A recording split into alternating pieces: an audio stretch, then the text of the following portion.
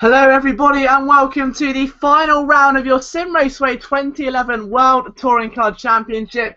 It's finally come to this. We've got all four manufacturers present on the grid, but it's a BMW that starts from pole position, and that car belongs to Wacky Pie with Helwood in second, Jim Hall in third, Tiptoe in fourth, with fifth place at the moment belonging to Spatial Dragon. You've got Dimitri there as well, just behind. The nearest Volvo, as far as I can see, is in sixth place. It's Seats all the way down, though, after Wacky Pie. Let's just see if he can get a good run down into Paddock Hill Bend. Off the line he goes. He launches through. Tiptoe's BMW from fifth is straight up into third. They're 3-1 into Paddock. Never a good sign. Helwood backs out, as does Jim Hall and Tiptoe. Tiptoe's around into second place. Helwood trying to fight back there as they go in towards Druids. You've got Jim Hall there in a yellow Seat going up the inside, and he flies up the inside of the BMW. So they're still side by side as they make their way out of the tricky hairpin. But my goodness me, a fantastic start there for your pole sitter, Wacky Pie in a black and orange BMW. Only a small field today, but nonetheless they're all very close together after the opening sequence of corners. So into the back of the GP circuit now, and I'll tell you what, Jim Hall's looking very feisty on the rear end of Wacky Pie. Under the bridge they're going to go. Might be able to get a run down there. This is one of the real difficult factors of Brands Hatch, is that it's so difficult to overtake. Very narrow circuit, especially if you're in a BMW or one of the Volvos or Chevrolets. Other than that, though, it's all going to be a case of who can ride out the circuit. It's very treacherous, especially during that back part of it, at least.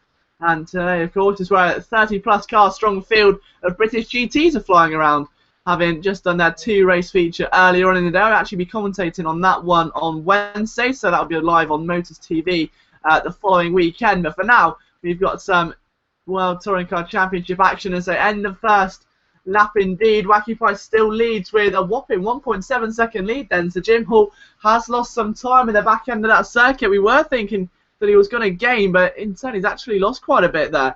Went to Paddock for the second time, and the Seat a little bit further away than first anticipated. Well, he's in the gravel, so Jim Hall's off, and Helwood surely takes it from him. Yes, he does. Not exactly a dream start there for Jim Hall. It's a difficult corner to tackle even in the lightest and slowest of cars, and Jim Hall finding that out firsthand. That's a very, very tricky corner. You go into the apex blind, you can't really see much other when you come out of the corner, and especially if you've got a car next to you or behind you, you've got your eyes focused elsewhere, it can become a real chore. Meanwhile, Tiptoe made a great start, now down to last place, so only 5 cars in the race. He currently sits fifth, 3 seconds behind Spatial Dragon's Volvo, who is in P4 at the moment. They made their way towards the end of lap number 2. To the final round. We've got a bit of an echo there. That's not what we need. Let me just quickly sort that one out. It's finally come to this. We've got all 4 manufacturers present on the grid, but it's a BMW that starts from top. There we go. So I think we've got that all cleared up now. So Wacky Pie makes his way through towards the end of lap number 2. Helwood second. Jim Hall struggling again there. Some big lockups to the yellow Seat. He's still 6 seconds clear of Helwood, however. But even so, some early errors, and if they continue and he can't iron them out, then he's going to maybe struggle in the latter stages. And talking of struggling now, Spatial Dragon under a lot of fire from that BMW of Tiptoe. Out to the final corner they come. And a big look up there as well for the Volvo. Making their way down the straight, Tiptoe to the outside of Spatial Dragon of Paddock Hill Bend. It's a risky move. And Spatial very heavy on the brakes, and Tiptoe's in the wall. And he's done very well to keep his nose clear of any damage. He limps back onto the circuit, but that BMW did not intend to run that far wide at Paddock. I'm presuming that's just a lot of brake. He couldn't really do much. He did everything he could, but it was just not enough in the end. But a bit further forward, in fact a lot further forward, Wacky Pie now 6 seconds clear of Helwood in second, Jim Hall in third, Spatial in fourth, Tiptoe in fifth, and they round out your field for the moment. Although Tiptoe already probably having a bit of pent-up anger now after the off at Paddock Hill Bend, he's going to need to try and recuperate that, get himself settled down and not let that aggression get the better of him, because Spatial Dragon is a very slow, not slow, but he's a very concise driver. He paces himself, he won't push a car over the limit, He's very consistent, just gets the car to the flag, and that's all you need, really. Oh, he goes off there, though. I think I might put a commentator's curse on it. Tiptoe goes through into 4th position.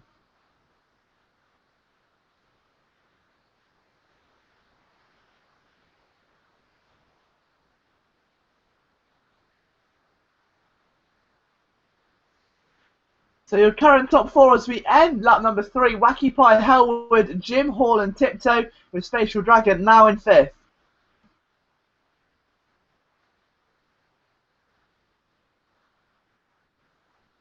And it's going to be the 2 sets, I think, that could end up fighting here, with Wacky Pie now 5 seconds clear. Jim Hall's only 2 seconds behind Hellwood. He did qualify in front, of course.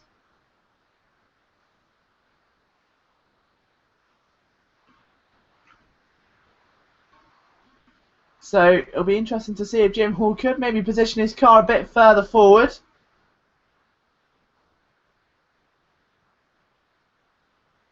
But I'll have to keep an eye on lap times. I think that's going to be the main factor here. We're about halfway through the race at the end of this lap as well, so still a lot to play for these 2 Seats. And a big look up there going into the long right-hander for Hellwood. Jim Hall surely going to pick up a few tenths on that one.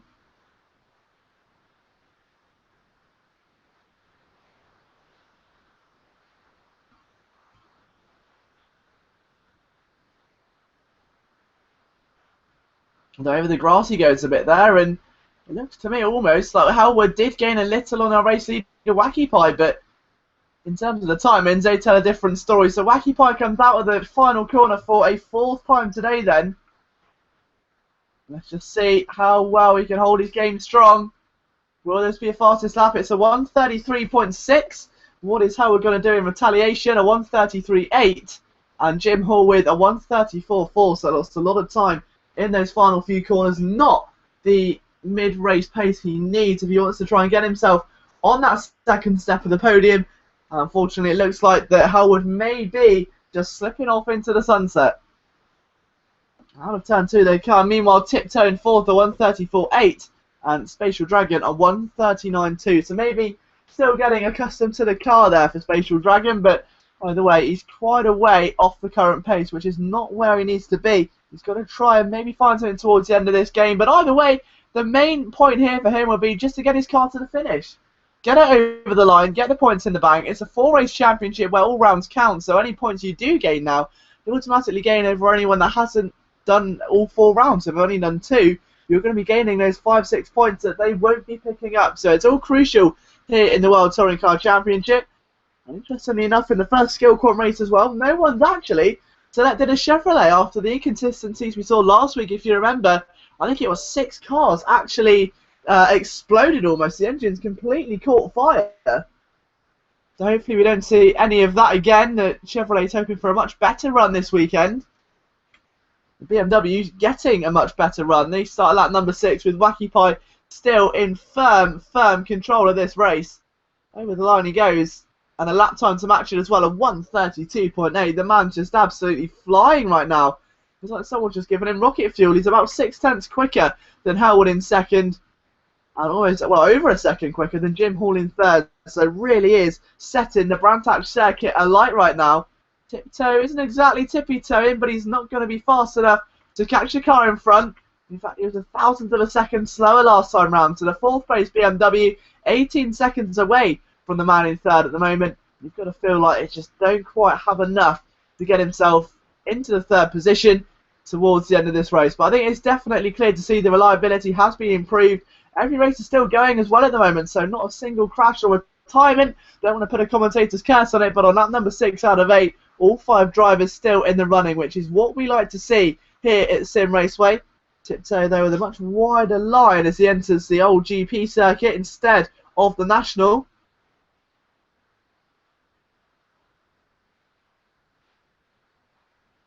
Got Wacky Pie very close to completing another lap in the books and starting his penultimate lap of the race now. Then that BMW looking untouchable at the front of the field at the moment. There's just no one that can stop him. Since he had that gigantic launch at the start of the race, he just hasn't bothered looking back. Out of the final corner again, the penultimate lap of the race will be underway. And that BMW looking to take another victory here in the World Touring Car Championship. A 1:32.8 that time for Wacky Pie. So still setting incredibly quick times. The gap between himself and Howard behind now sits at about 7 seconds. So incredible stuff. Jim Hall about 18 seconds away, 9 behind Howard. So the yellow Seat's lost a lot of time there. Not what the Seat Leon driver wanted going into the final round, especially after starting second as well. But a poor start off the line. And then he sunk to third, and after that, it was all sort of going nowhere. It was very stagnant, and it's been a very quiet race for the man in third position so far.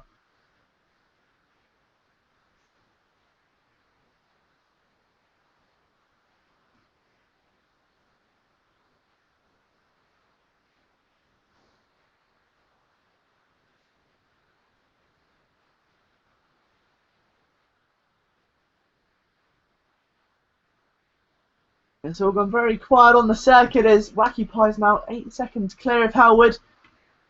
Howard 10 away from Jim Hall, Tiptoe in fourth place. Spatial Dragon in fifth, still going strong as well. But as Wacky Pie nears his way towards the end of the Brantac circuit for the penultimate time, you've got to feel like it's all but over.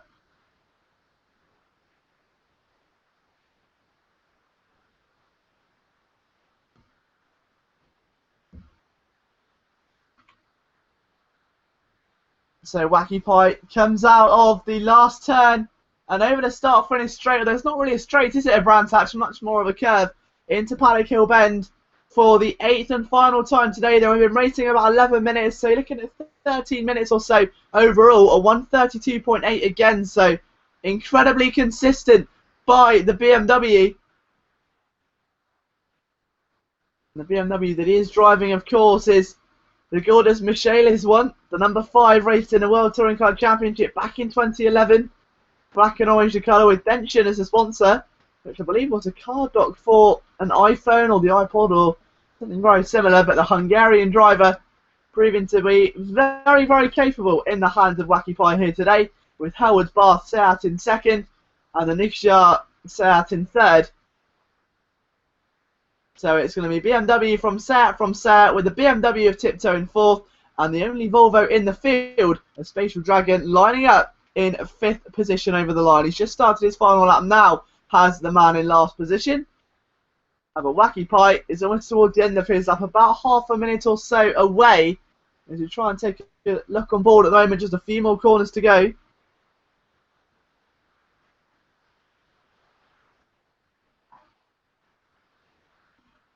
So under the bridge and out of the final corner comes Wacky Pie. Then he's led from pole position. A blistering start, some equally blistering lap times, and is going to earn Wacky Pie an emphatic final victory in the 2011 World Touring Car Championship 500 to 900B race. What a drive by Wacky Pie that was. Absolutely sensational. Howard takes a well-deserved second. Jim Hall will take third. Tiptoe goes around the final corner very shortly in 4th position, with Spatial Dragon in the Volvo taking the 5th and final spot in the order. So Wacky Pie from Hellwood.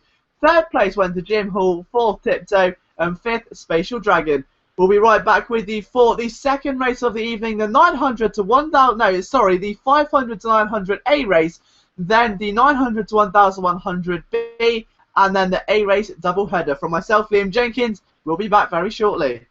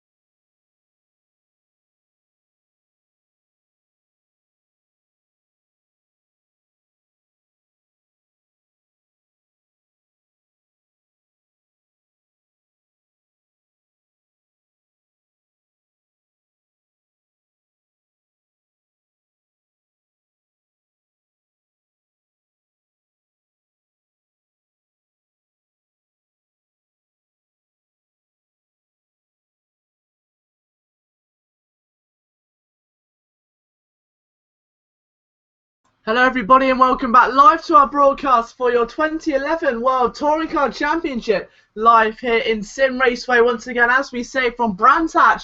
All four manufacturers present, so Volvo, Seat, Chevrolet and of course the BMW. It was a BMW that took a win in race number 1, but there is a lack of them here in the A race of 5 to 900. We've got two BMWs that are out, one belonging to 3 Dots, the other belonging to RK98. It's the Volvo, the new manufacturer, that is the fastest at the moment with a 131.6, and that's just been beaten actually by Master Rocco. So it's Master Rocco's Volvo, then Supercar in the Seat, then Yardstick in 3rd.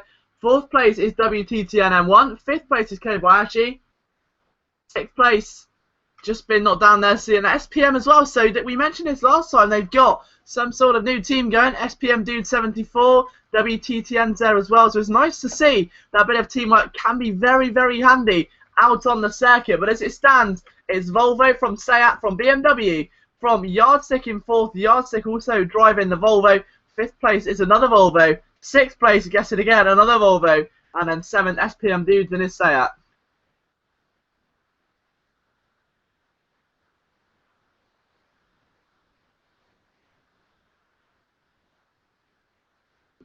So as the times keep coming in at the moment, the circuit is quite congested out there, so not ideal for a hot lap right now. Master Rocco, then Supercar, then RK98, Yardstick, WTTN in 5th.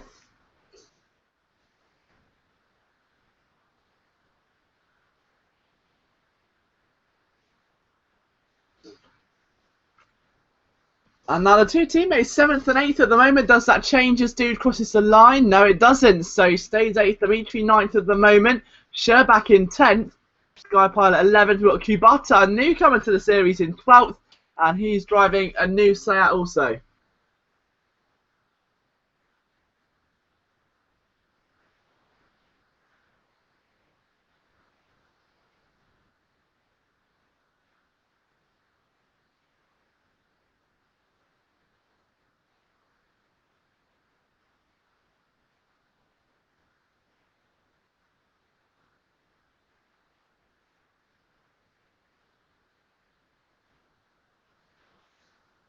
So no real change at the top of the timesheets at the moment, but Supercar leaving the pit lane. It's Volvo, Seat, BMW, the entire top 5 separated by a mere 0.4 of a second. So very close here in the final round of the 500 to 900 skill quant. We got Kobayashi in 6th as well, still within 0.5 of a second, and the only man just inside the top 7, not inside a 131, is WTTN. He's on a 132 flat, so very, very close. From P5 to P7 are all Volvos. They've got a Seat, then even more Volvos. So it's obvious that the C30 has been the most popular choice of car here today at Brands, as we enter the final 2 minutes of qualifying here for the final round of the championship. Can anyone stop Master Rocco? Maybe not. He just improves that slightly that time bar on his 4th attempt. And that's going to leave Supercar 1 a big, big hill to climb to take it.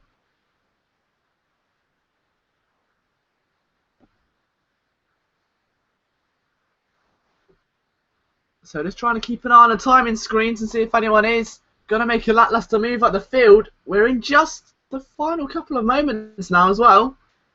So if any drivers are in the pit lane, then their chance of a hot lap may be over. An average lap taken, as we said, maybe about 1 minute 33 seconds at a push if it's a bad lap. You need to allow that much time as well. And Yardstick in the pit lane, so Yardstick will not be setting another lap time from 6th position. That's his qualifying session over. The rest of the drivers should still realistically get one more in, and WTTN goes fastest. Oh, sorry, the Volvo C30 there goes fastest by about 1.9 of a second, so a big, big lap there for WTTN1. Incredible stuff. It's Volvo from Volvo 1-2 with a Seat in 3rd, but WTTN out of nowhere for the SPM Racing team get themselves into what could be their first pole position.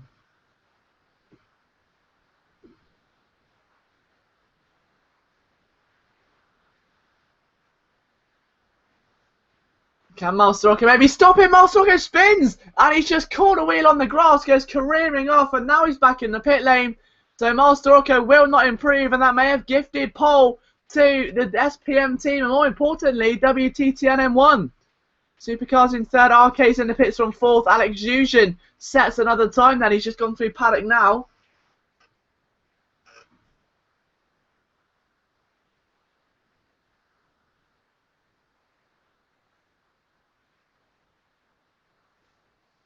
And Kobayashi in the pits also. Sky Pilot's on another lap. Dimitri stays out. Rob Nitro's on another lap. Most of the drivers are actually just making their way out of turn number 3. I'm trying to keep an eye on the start-finish line. I think it could very well be session over for many of these drivers in just a few moments' time. Most of them already resorting back to the pit lane. Alex Jusian, though, out of bridge number 1. He's got another second bridge to go through before he gets to the end of his lap. But SPM Dude 74, can he replicate his teammate's performance? Checkered flag is out. He goes second. It is! It's an SPM 1-2. And Dude 74 and WTTN will have the champagne flowing before the race in the garage as a celebration. A 1-2 for the for the Volvo and the Seat. Can it change though? There's still time. Master Rocco's in the pits. Supercar didn't do enough. And next hope, well, I say hope, it's going to be the opposite, isn't it? But their only chance of redemption now is going to be if Alex Jusian can take it from them. He makes his way out of that final turn, down the main straight once again. Is this going to be a pole position now for Alex Jusian or no? Every driver improving currently. Alex stays 6th. Dimitri still out on the circuit. Also, Kubata goes 12th, beating Sherbak's previous time. That's almost the end of the lap. Sky Pilot over the line from 9th. And there's no improvement there for the Volvo. Dimitri, I don't think is going to improve from 10th in the Volvo. Bit of a scruffy exit of the final turn. No, he stays 10th. So that is your qualifying order then. SPM 1-2, WTTN on pole, and Dude 74 in second. We'll be right back with you for the full race.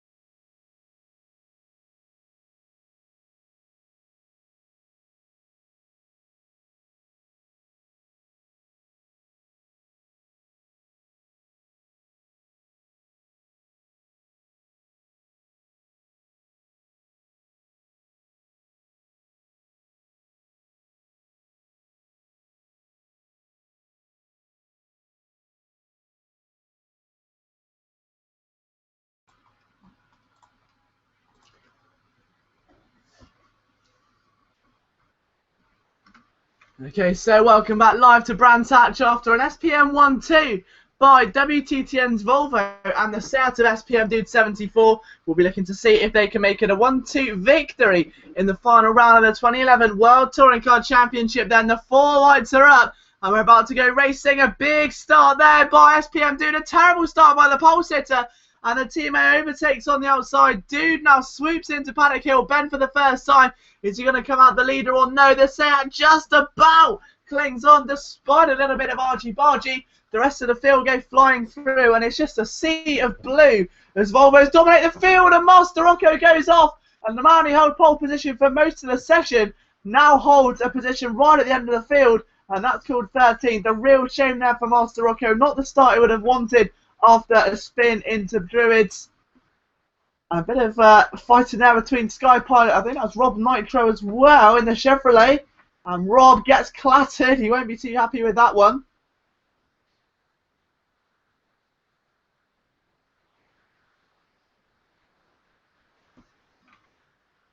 Under the bridge they go for the first time. Battles going on all the way down the field. It's now SPM Dude from RK98 with SPM Supercar in third. I can see Supercar overtake through there. Not quite. He's just not close enough at this time. Although he's trying to edge his way to the inside, isn't he? And maybe make his way through here. And he's done it. The nimble Seat surpasses the BMW. And Supercar just about keeps his head above water for now. But now you've got RK98. Kobayashi's joined the fight. Alex Yuzhin up to fifth is not that far away at all. In fact, he's only just a couple of meters away.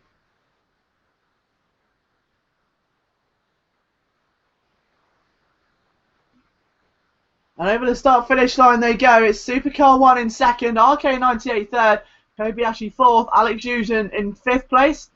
Kubata is in sixth. Seventh place is WTCN, and what a bad start it's been for the pole-sitting Volvo. Down to seventh after that one. That is a real backward step for him. We've got Kubata and Yardstick drilling away there, I think, and that's actually Alex Yuzhin clinging on to Kubata with Yardstick just behind these guys. I think Sky Pilot ran a bit wide as well there as they rejoin the old circuit. Supercar sweeping his way round. Yuzhin's gone off in the Seat, as has Kubata, but it's Yuzhin that takes the brunt of it and now makes his way down to 7th position. So not been a strong start there for himself. In towards the next sequence of corners. And WTTN eagerly trying to make his way through. Is now up into 6th position. Kubata 5th, 4th place RK98. Third Supercar, second Kobayashi, and first place now, and it's very much a story of what Wacky Pie did in race number 1. SPM Dude with a 4-second advantage over the Kobayashi Cavalry in second place backwards. That is an extensive train, and it's all sort of getting a bit argy-bargy as at least 6 or 7 cars there making up the Kobayashi Cavalry. Out of the final corner comes SPM Dude, and he's going to keep his car on rails to complete lap number 2 of 14 then. And Rob Nitro, I believe, has had a bit of a problem towards the back of the field. How bad is it? The Chevrolet's still going. It's just quite a way back from 3 dots and then Master Rocco, who's making his way through Paddock Hill Bend, overtaking Sherback on lap number 3. He's got that one done just about. But the rest of the field made their way into Druids and out of Graham Hill Bend. And my goodness me, this has just been some incredible racing so far. Supercar RK98, Kubata, WTTM1 as well, then Yardstick, and a bit of an off there for Sky Pilot.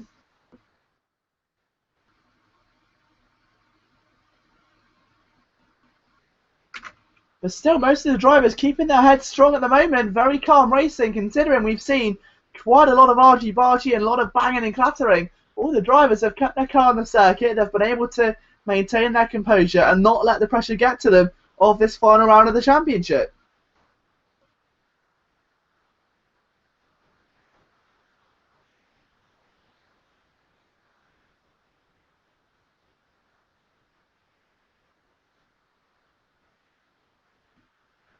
So SPM now about 3.1 seconds as he comes out of the last corner again, with Kobayashi tucked away 4 seconds behind. Then Supercar. The train's expanded a bit now as RK8, and there's Kubata pull away from Yardstick. Yuzhin WTTN and Dimitri. So WTTN's down to 8th. He was up to 6th after being demoted to 7th, and he's now gone backwards once again to 8th place.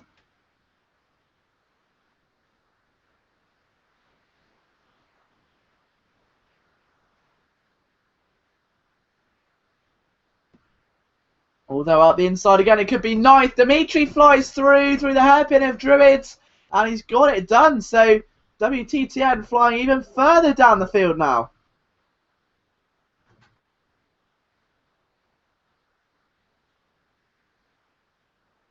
Not what he wants at all. The man who started at the very forefront of this grid. Dimitri now 8th. 7th is Yuzhin. 6th Yardstick. 5th Kubata. 4th place RK98. 3rd Supercar. 2nd Kobayashi. And 1st place SPM Dude 74. Although Supercar now starting to maybe catch Kobayashi, the 3rd SPM driver of the 4 in this field today.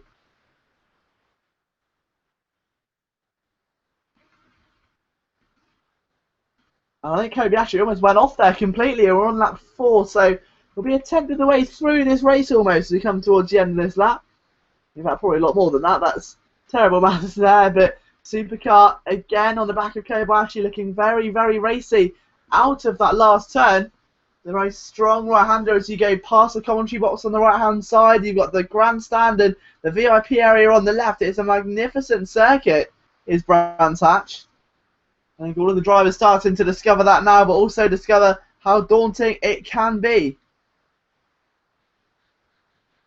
Because it really isn't a track for the faint-of-hearted. Supercar to the outside of Kobayashi through Druids, and unfortunately, I don't think that was ever really going to work through there. Through Graham Hill Bend and in towards 30 is the pair and go.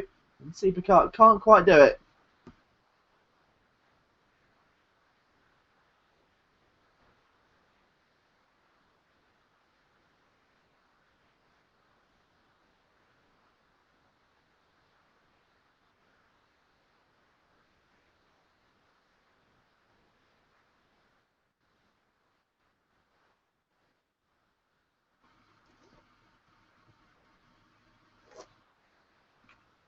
And now Supercar trying to actually get some momentum. I think that's just going in towards Hawthorne Bend. We're making their way out of it. And talking of Hawthorne's off goes Dimitri. And that's the one that's lost control there. Then, oh, that's a Volvo again, isn't it? Going towards Westfield, I think, just before the double apex. And a real shame there for Dimitri. His race has gone from slightly worse to a massive downward spiral. And talking of downward spiral, now SPM Dude's had a big problem in 8th.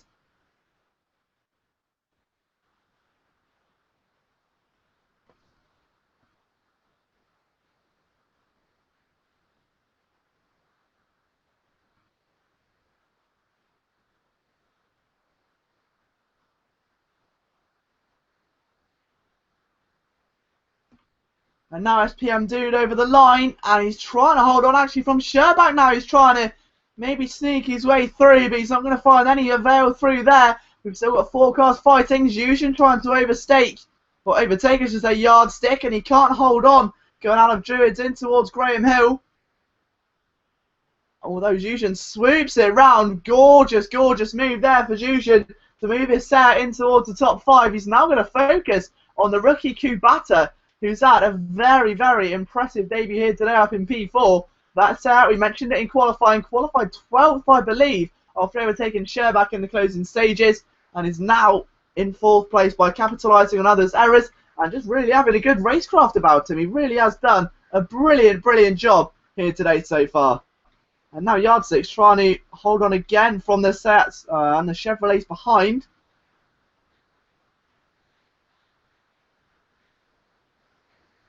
I think he's got 3 Volvos also. It's WTTNN, the pole sitter, of course, and Skylight. So it's not all gone to plan for WTTN. We're almost halfway into the race, and he's down in P7 after starting in the lead. It's not exactly where he imagined he would be, I can assure you.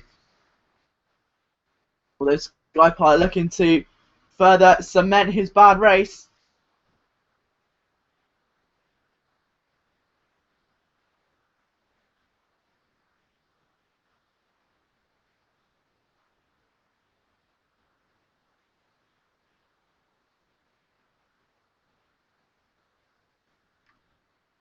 And then you can just take a look at what's going on a bit further up the circuit. Now it's going to Druids as Yardstick and WTTN colliding again. That's over P6 and 7. The two Volvos really ragging out here today. WTTN forces his way through. Was 8th a moment ago, now 6th. SPM Dude, his teammate. These drivers were 1 and 2. They're now 6th and 8th in a sea of Volvos. There's Volvos all around them. He's got Yardstick in front, Sky Pilot behind. There are just Volvo C30s everywhere. 3rd place, Supercar. I think that's Supercar and Kobayashi for the race lead. Supercar trying to go round the outside in towards Westfield. As we approach a halfway mark in this race, it's very difficult to overtake through there. They're still side by side. The Seat on the outside. Kobayashi holds on barely. But my goodness me, the Seat applying all kinds of pressure. RK98 also a factor in that battle as well. And Supercar almost lost complete control of the Seat there. It's not what he wanted at all as they make their way out to the final corner again. I've got to be extremely careful with the way they approach this. Over the start-finish line. And Kobayashi still leads the race then. I didn't think he could have envisioned that when he lined up on the grid. So it's Kobayashi from Supercar, RK98, Kubata in 4th, Jushin in 5th. The battle for the front 3 has died down just a little. And in fact, just behind them, I think that's Alex Jushin going very, very sideways. And all the rest of the action may have just died down a little, other than the two Volvos there of Sherbak and Sky Pilot, who goes very wide into Druids. Sherbak slides up the inside. And of course, will be on the outside for Graham Hill-Ben. Sky Pilot knows that, defends the manoeuvre, no problem whatsoever. And is able to keep him at bay for just a little longer. But now the two leaders starting to encounter each other once again. It's the Seat of Supercar that wants to try and fly the flag here for SPM after P1 and 2 on the grid, and now 6th or 5th and 8th overall. Supercar has got to try and fly that flag higher, maybe even past Kobayashi here, trying to get to the inside, and that's not going to work through there at all. As you go through Dingle Dell very shortly, the drivers are needing to try and find a bit of stability. It's a very difficult complex of corners to make your way through. Very tricky chicane indeed. Supercar trying to go round the outside, and that's going to be almost complete, but not quite just yet.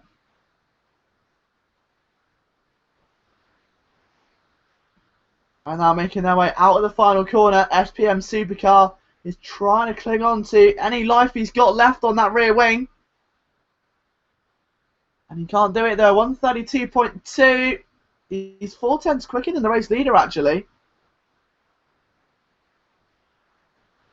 As he tries to go to the outside again, Supercar maybe a bit too deep into there trying to get the cut back. I know it's always good to try and get one, but with RK98's BMW breathing down your neck, sometimes it's not always advised.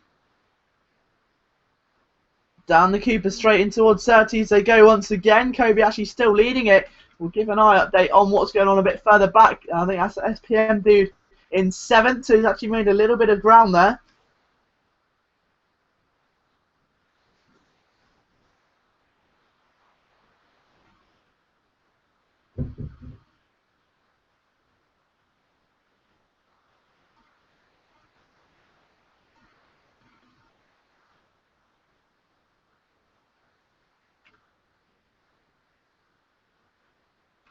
SPM Dude, Yardstick, Alex Jushin, and WTTN in 4th. RK98 3rd with Supercar still challenging for that race lead, isn't he? He's all over the back of him now to the inside of the very tricky right-angled corner before the last one, and it was so close to having it, but it just wasn't quite there. And as they go in towards Clearways and out of Clark Curve, Kobayashi is still somehow leading 14 minutes into this race. He's stood his ground exceptionally well from some massive pressure from SPM Supercar 1 behind him. Can Supercar get to the inside? No, he can't. Kobayashi clings on as well. Out of Paddock Hill Bend again and in towards turn number 2. Can Supercar sweep it around the outside, or has Kobayashi got enough in the tank to keep him at bay? He's tried to undercut again and again as they go through Graham Hill Bend. It's Kobayashi that seals the door shut. RK98 watches on as the rest of the field shuffle around now. I think it's all sort of died down in terms of actual driving.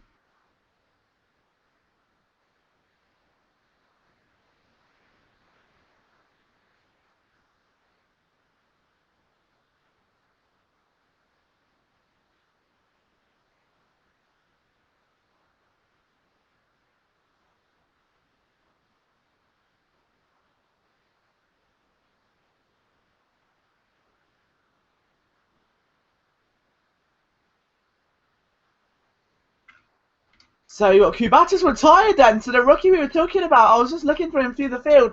He has retired from the race, and now Supercar going for a real charge on the race leader up the inside of Sterling's Bend, and he's taking the lead. The Seat now leads from the Volvo, and Kobayashi's got to try and get this back. And can he do it or no? Supercar has kept himself clear, and into the pits goes RK98. So RK's in the pits. It's the second BMW there, but now Kobayashi trying to go to the outside to reclaim the lead into paddock. The blind apex corner that is so steep, it's almost like a mountain looking up it. He gets a great run going into Druid. He's on the inside line. A few laps to go, completely cuts him off, and Supercar dives back underneath like it is just no problem at all.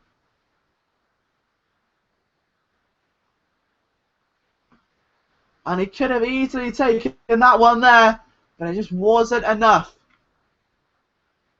So a bit further behind as well, the two Volvos of Dimitri and Sky Pilot are doing well, with Rob Nitro's Chevrolet watching on very hesitantly in the background. A massive shout out to everyone watching this broadcast as well, all 20 of you who are tuning in to this finale weekend of the World Touring Car Championship. An SPM dude off the circuit there. Now that is down to 9th place for the man who started second. Not ideal at all.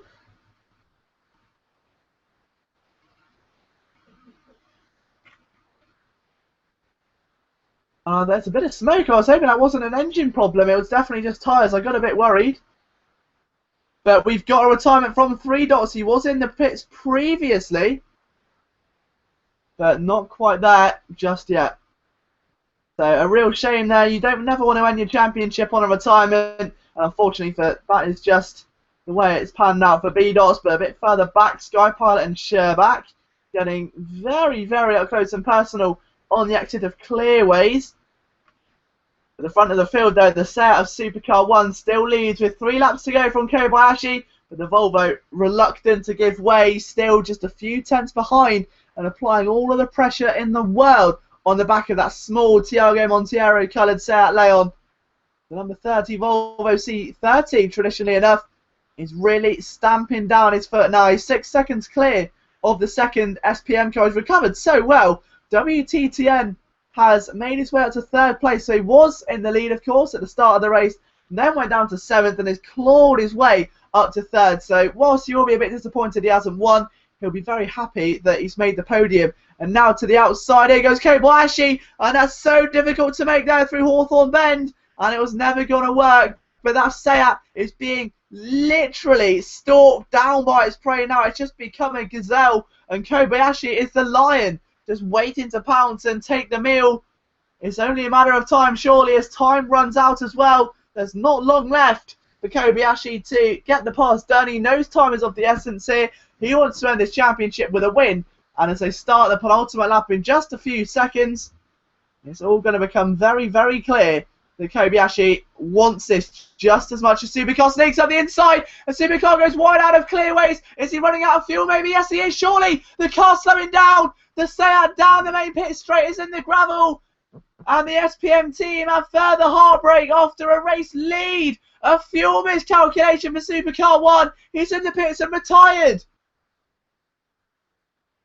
Utter heartbreak there for Supercar 1. It's handed the lead to Kobayashi, which means 2nd place now is WTTN M1. Does he have a shot at winning? He's 3 seconds away with 2 laps to go. Yardstick in 3rd, Zuzhan 4th, Dimitri 5th, Nitro 6th, Sky Pilot 7th, Sherbach in 8th, 9th place, and off again is SPM Dude. And the SPM team just seems to get more and more heartbreak as the race endures on. RK98 down to 10th. Out of the race is Supercar. Master Rocco there as well, with 3 dots, and Kubata are 2 retirements from the race so far. But my goodness me, what an incredible race this has been. We've still got another lap and a half or so to go. But it has been simply sensational so far, and Kobayashi 10 could be the first Volvo to win a competitive championship race here on Simraceway, especially in the World Touring Car Championship. What an achievement this could really be for that young man. He really is doing everything he can. He's pushed it incredibly hard.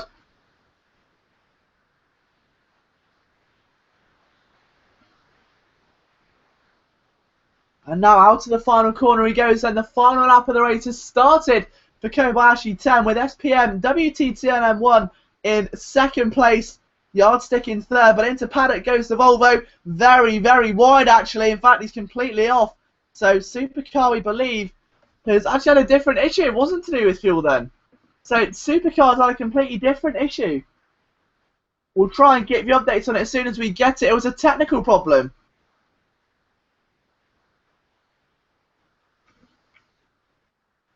But now Kobayashi, 4 seconds away from SPM WTCN M1. He should be able to secure that victory, no problem. Dimitri, under pressure from Rob Nitro, wants to put a Chevrolet in the mix and get it in the top 5. At the moment, Dimitri's Volvo stops him as they enter the old circuit for the final time here today before we head into the 900 to 1100 skillquant in just a few moments' time. But Rob Nitro still feeling like he's got some work left to do.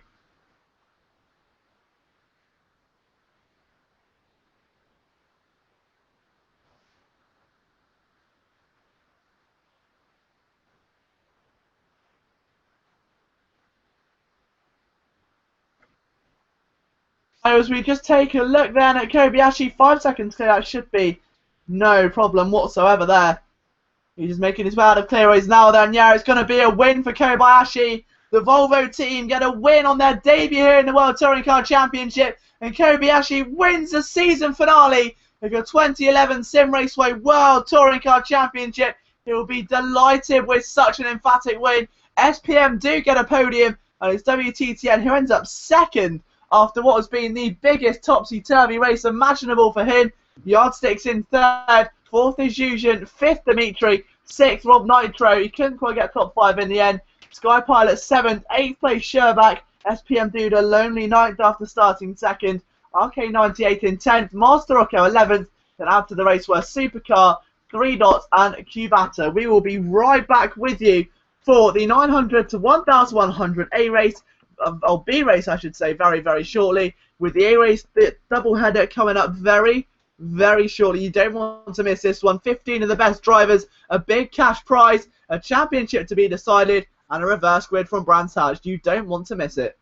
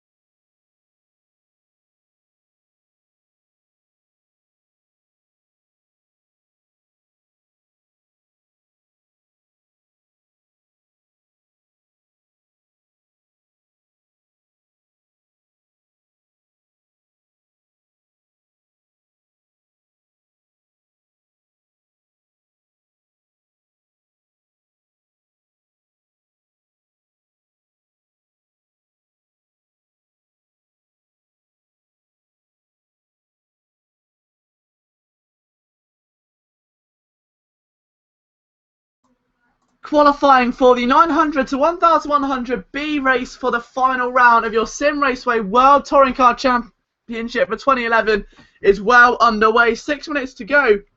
And what a session it's been. Another SPM driver sits at the top of the timesheets. If he does achieve a pole position, it will be 2 in a row for the SPM team. As John Daniels just takes his BMW 320TC up into second place. Big start there for John Daniels. He's been away for a while, actually. Great to see him back in the car again, the young American. Raxter's third in his Volvo. Diamondback in fourth. A. Costa in fifth. The Machico in sixth place. Noddy seventh. Sean 24 eighth. PA 9th. Andre Parser 10th. Darek 11th. And SPM King Dio in 12th, with Dimitri in 13th. So it really is great to see the SPM team coming together, and I really would urge any other community members that have got close friends or other mates that race on Simraceway to start a little race team. Let's start a full-on Constructors Championship. That will be brilliant to see in a league as well. So not only have you got the Drivers' Championship to worry about, but you've got working with your team as well. Obviously, at the moment, I think SPM would have a slight advantage, judging by the fact they've got about 86 members. It's a slight exaggeration, of course, but they are a very, very firm presence here in Simraceway, so it's great to see, and a lot of them very consistent names as well from around Simraceway. RT Met's going over the line at the moment, looking to try and further extend his lead. He's about 300 to a second, roughly, ahead of John Daniels at the moment. It's by no means a safe margin. And however, he has done 2 more laps than John, so maybe only a short qualifying stint for Daniels. Keep the fuel light, and then the rest is all easy, isn't it? And there's only one way to really find out how well this is going to go for the Volvos. They seem to be very pacey so far. The Chevrolets have been very quiet. Diamondback's the only one inside the top 5 at the moment. So now we have a Volvo, BMW, Volvo, Chevrolet, Seat inside the top 5. So one of each manufacturer, with 2 Volvos dominating in first and third. The rest of the field made up predominantly of the Volvos. We've got a couple of BMWs and one more Chevrolet as well. Just the lone Seat at the moment belonging to A. Costa. So the Volvo's obviously particularly suited to this circuit, which is nice to see that many drivers are going for the same decision.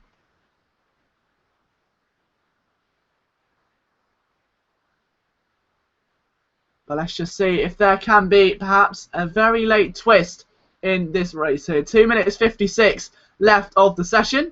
John Daniels second, Raxter third, A. Costa fourth, and of course Andre Parser in P5 at the moment. The whole field separated by, again, not that much at all. So 130.7 for first place and a 132.2 in last, but a 131.6 in 11th. So about 9/10 of a second separate first place to 11. That's not a bad attempt at all.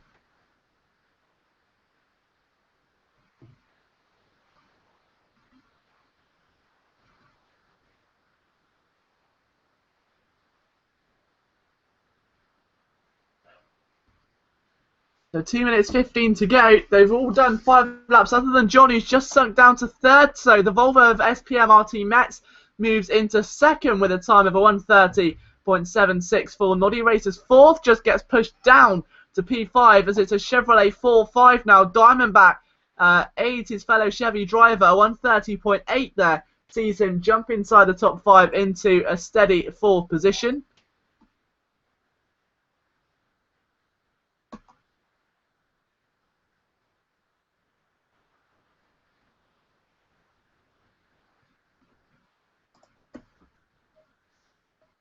So 1 minute 35 left on the clock. It's Raxter that's now at the top of the timesheets, from Andre in second with RT Metz in third. So a lot's changed in just a few seconds.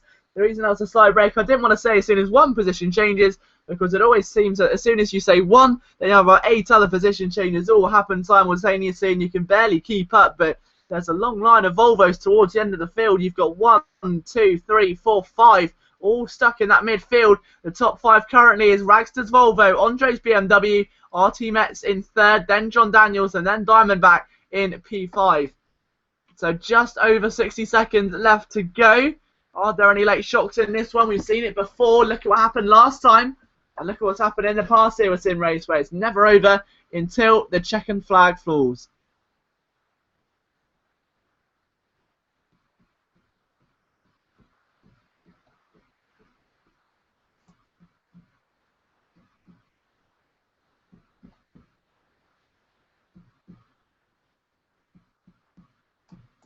And now going into turn number 1 is Sean 24. He's currently 8th place. We've got Andre Parser stopped on circuit. That was a Druid, I think. So he's out. Ragster still on the circuit. RT Metz is in the pit, so no more lap for the man in 3rd. John Daniels out in 4th, still on the circuit. As is Diamondback, Noddy Racer, Mr. P8, Sean 24. And King Dio leaves the circuit from 9th, but he won't set a time with the man who competed in the race earlier on. So unfortunately, he won't get to go as much as he would have liked. But nonetheless, running is running here. It's all about experience that the circuit is demanding as this one. And Ragster makes his way towards the back end of the circuit once again, just through the double left-hander. The apex there as you go through Dingle and Dell.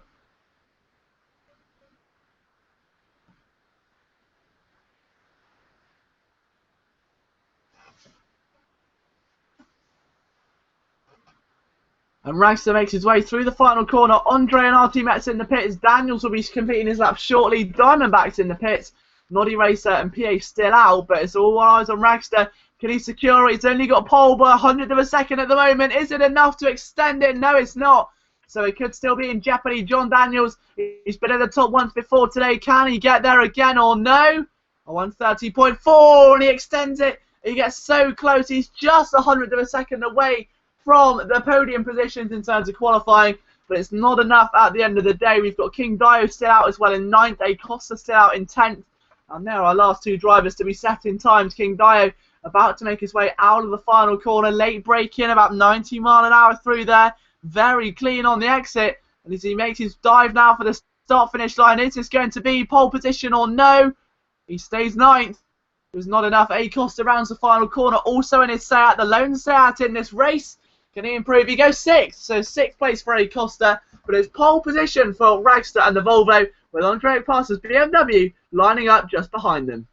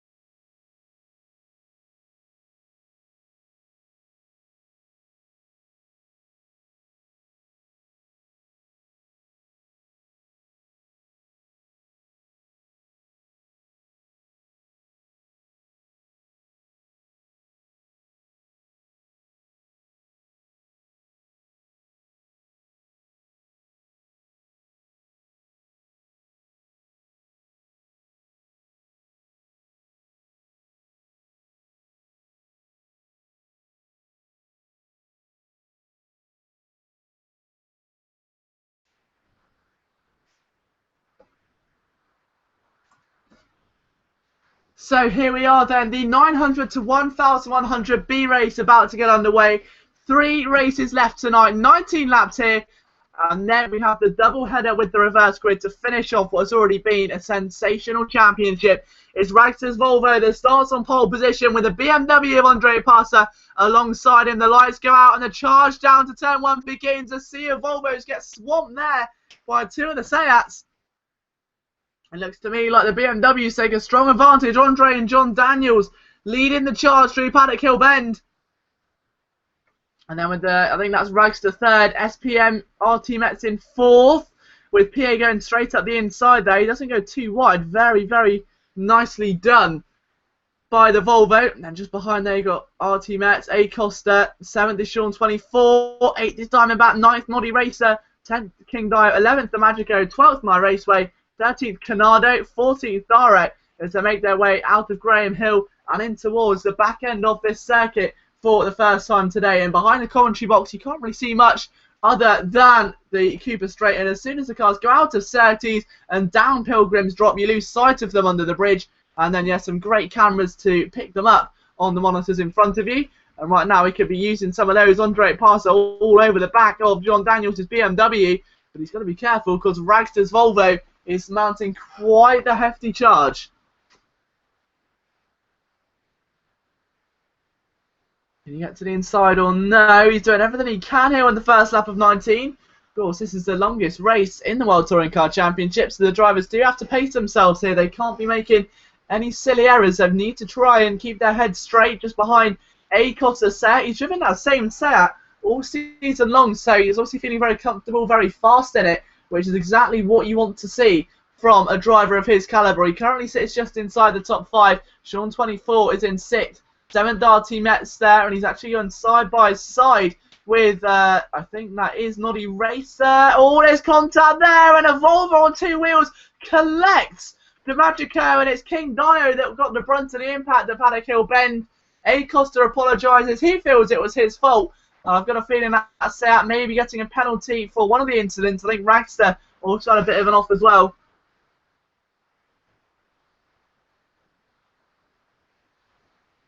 But Darek 11th, My Raceway 10th, DeMagico 9th, Diamondback in 8th, Noddy Racer 7th, RT Met in 6th, A Costa 4th with Sean 24 in 5th. But it's all about the Mr. PA marvellous parade at the moment. You can see them all go down Pilgrim's Drop for the second time today, and already the car's shuffling around. A lot of action going on in the bulk of that midfield. I think that's the Magico just overtaking My Raceway there, so a big move for him in P9. He's got to try and keep that car as far forward as he can to try and avoid a sinking further back. It's very easily done in a race like this, where the track is demanding as this as well.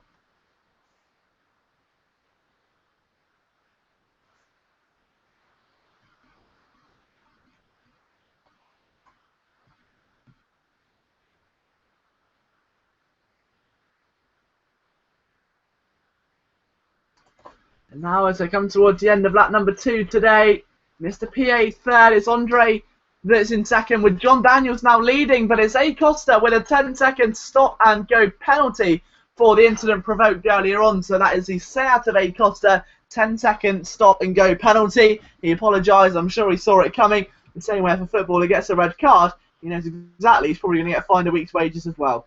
And A Costa to the inside of the Chevrolet of Diamondback. He's trying to make as much ground as he can. Noddy Racer, I beg your pardon. Trying to make as much ground as he can before he has to serve the penalty. You can't blame him. I think he's got 3 laps before he has to dive into the pit lane. Otherwise, he gets disqualified. So he's got to try and make up as much ground as he can now. However, the plus side is when he rejoins, it's a very small silver lining and a very large cloud, but he will have a clear track in front of him. And he's put a question mark there. He's not happy with the fact he's got to stop and go, but he'll be very aware of the incident it's for. John Daniels leads the way and will be looking for a victory on his return to Simraceway here. And what better way to return than across the pond in Brands Hatch, the young American who really does want to stamp his authority down. The only problem he's had here really is consistency in getting those results and the racecraft. It's looking like at the moment, though, he's doing a very good job. This could be a revamped John Daniels. He's maybe just gone away, had time to put his head together and get himself in the right mental mindset for this game over the start-finish line he goes. He leads another lap. The BMW from the BMW of Andre Parser in second.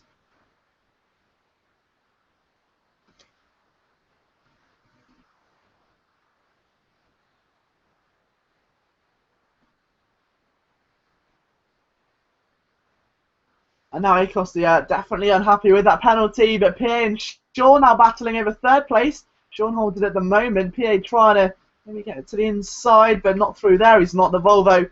Not quite that nimble. It's almost like a match between the Chevrolet and the Seat. It's quite a small car in comparison to the BMW or the Chevy, but it was for wrecking Ragster is what the penalty was for. So the big shunt we saw earlier on at the Druids hairpin with Acosta and Ragster. And as a consequence, Ragster is now down in 11th place, trying to recover through a sealed and very evenly matched Volvo C30s. Not easily done. Raceway now to the inside, almost a Diamondback Chevrolet.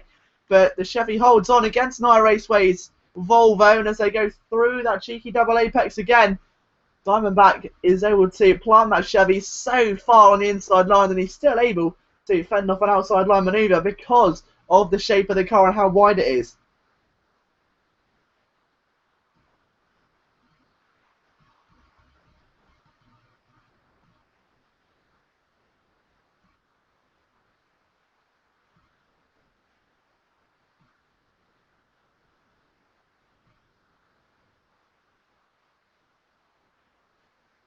Over the line again, lap number 5 started then, and John Daniels has a 5-second gap at the moment.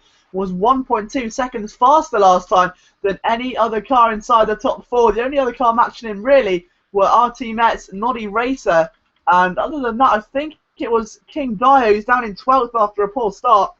So he's done well. SPM King Dio, not exactly in the forefront of the action just yet, but he's got the pace to.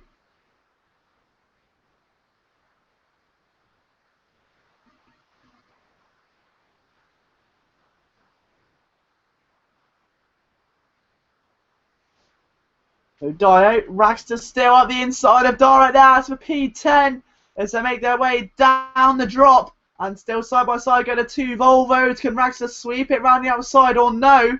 It's going to be very tricky too.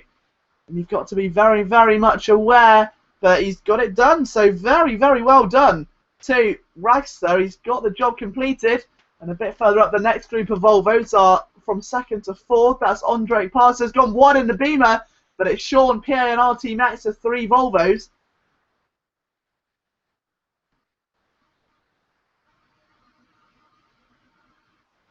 And now out of the final corner again, John Daniels set to lead yet another lap. Still a long way to go though before we can call it a race victory. Even so.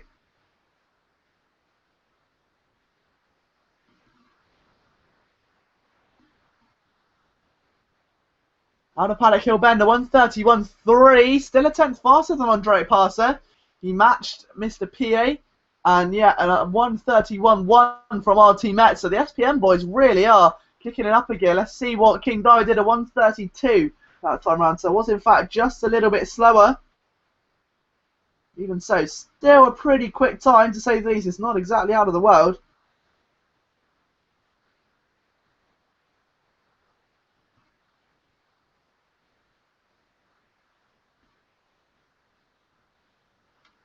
And now just trying to keep an eye on the battle that's going on for second, because Andre's BMW is falling victim to the swarm of blue Volvos. Then it's Sean Pierre and Metz chasing, and the BMW really becoming prey now. There's not much he can do. Every single avenue of escape he's trying is just being closed off by the BMW.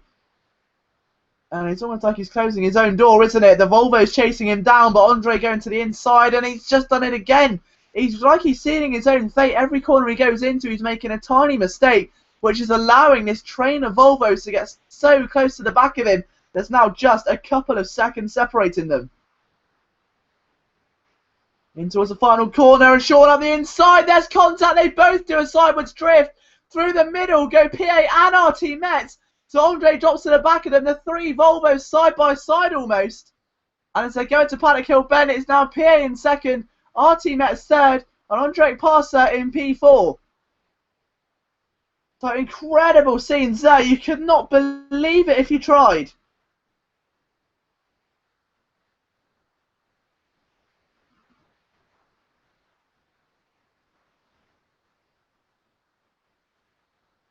So PA second with our teammates still stalking him down in third. Andre's dropped back an incredible amount. Then it's Diamondbacks.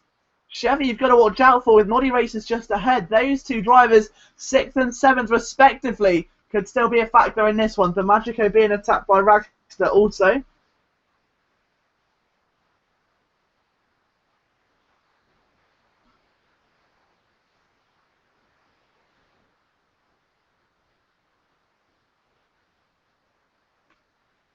The Magico keeping his cool at the moment as Ragster goes a bit wide, and that may allow King Dye to go at the inside. It does. Through the nifty little double apex goes King Dye. He's made that stick. In fact, very risky. He's gone a bit wide and allowed Ragster back through, but some intense battling there as the two drivers make their way in towards Dingle and Dell, through Stirling's Bend, and on towards that nice little straight before Clearways. Dio just ahead at this stage, though.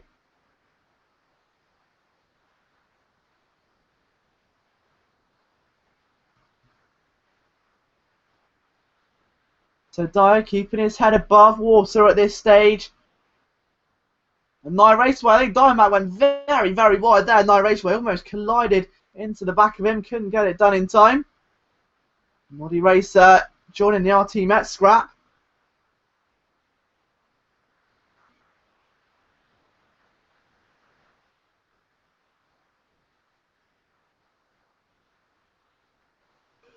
Although those Volvos, I beg your pardon, are really starting to catch again Andre. So Andre's back to second, PA third, Sean fourth, Noddy fifth, Diamond seventh behind Noddy Racer. But my goodness me, the train goes all the way back to Nye Raceway in 8th place now. So from 8th to 2nd, separated by about 5 seconds.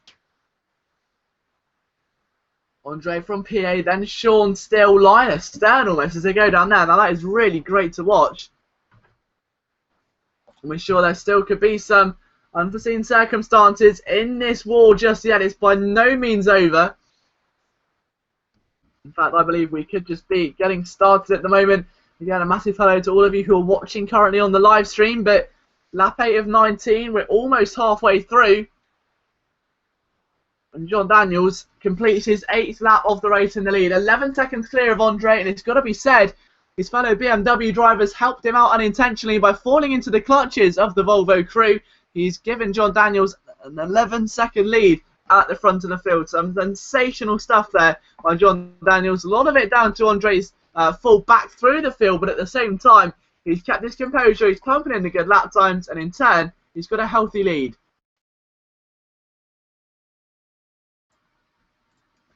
Still 12 laps of racing at the moment.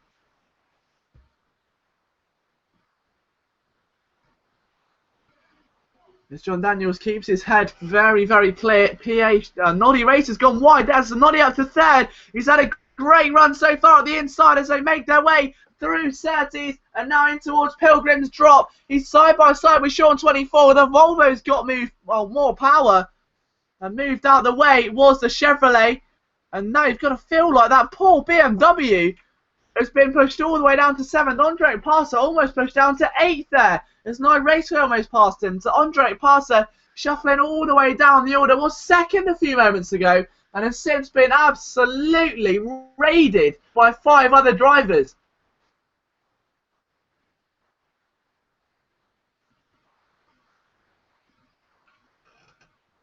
Oh, there's contact. It's Andre's off, is it? No, it's not. It's King Dio.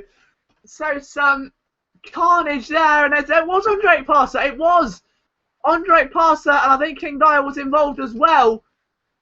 So Andre, who was second, now 10th as he crosses the line for the 9th time. His race just goes from bad to worse. Such a shame there for Andre Passer. We're really hoping that he could be a factor in this one. He still could be. But now Noddy Racer side by side, trying to overtake Diamond back into Druids. It's not exactly an easy manoeuvre, is it? He's going to be on the inside line now as they head in towards Graham Hill Bend. He may be able to make it stick through Surtees. Yes, he is.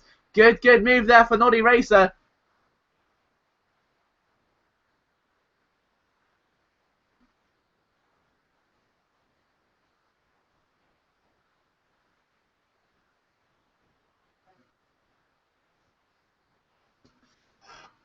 Although Noddy Racer's not really too far ahead of this pack, so it has dispersed. That pack of 7 cars we were talking about, there's now just the 3 Volvos of the Magico, King Dio and Ragster. So King Dio now up to 8th after being 12th last time we checked on him and pumping in good lap times. So it's obvious that those lap times have been going very well and worked out for him. Although Ragster's just overtaken him, so it's down to 9th now for the Volvo driver.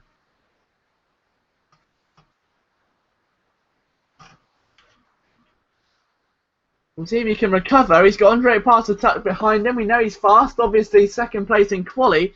Very, very good result to get for him there. And over the line goes John Daniels again. That number 11 of 19 started for the American. Can he convert this into a victory? I'm sure he'll be one very, very happy American if he can cross the line in the lead of the race.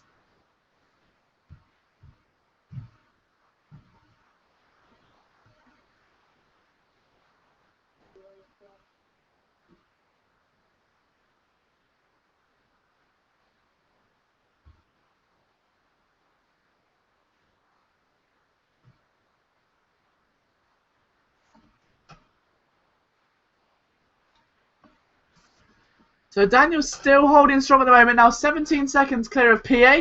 Although PA is not 17 clear of Sean 24 in 3rd. It really is all over the back end of him now. Down through the drop they go. And that was very, very almost a bit of contact there. I think the Volvo is getting a bit impatient now. Identically covered liveries. And PA starting to lose a bit of ground here. Lap 11 of 19. Sean 24 is doing an incredibly good job at staying in the podium race at the moment. Having broken clear from Diamondback. Noddy Racer P5. P6, of course, is RT Metz. 7th is Ragster. 8th, the Magico.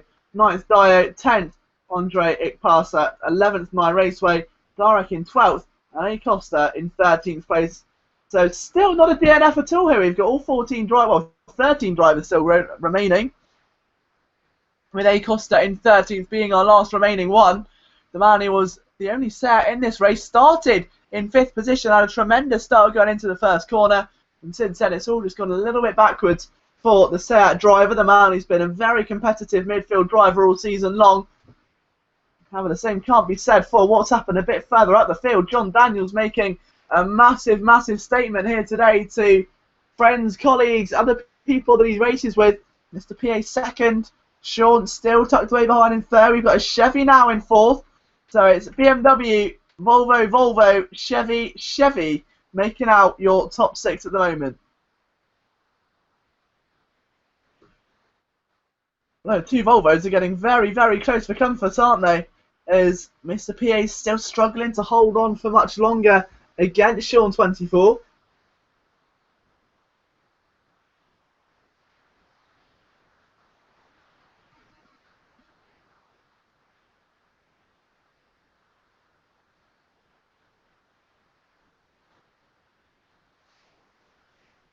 And PA now making its way, just going out of the final couple of corners. John Daniels will start his 13th lap of the race, still leading. What a way to end the championship this could be as a winner in the World Touring Car Championship. And arguably, this has been our most competitive championship we've ever had here in Simraceway. So to become a winner is definitely something you want to add to your racing CV. That'll be something that you can be very, very proud of as well. Daniels from PA in 2nd. Sean still just behind in 3rd place. Their lap times aren't too dissimilar. The drivers in 2nd and 3rd at the moment. 4th place is Diamondback. 5th place Noddy Racer.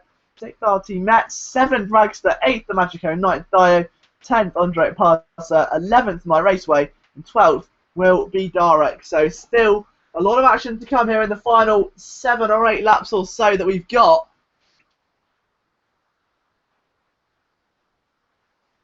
And poor A. Costa down to 13th. You've got to say, though, he's kept committed. Obviously, this being a 4-race championship and all 4 rounds counting, you don't want to have a DNF on your record. It's not like you've got a bye round where you can go, okay, you know what, my performance wasn't too hot there, so we won't include this during the final results story, so I'll skip that one instead of race 3. You have to be competitive on all 4 rounds of the championship, in all cars, in all venues, it's a very difficult thing to accomplish, and these drivers will be very, very much aware of that.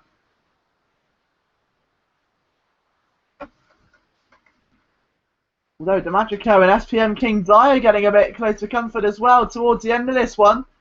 Lap 14 of 19, we've got 6 laps remaining before we call it a day here in the Simraceway World Touring Car Championship. And by call it a day, we mean quite literally as well. John Daniels, if he wins, will be the last ever winner in our 2011 World Touring Car Classic Series Championship, using all 4 manufacturers from the 2011 World Touring Car Championship, leaving drivers to choose whatever car they wanted to run in the series.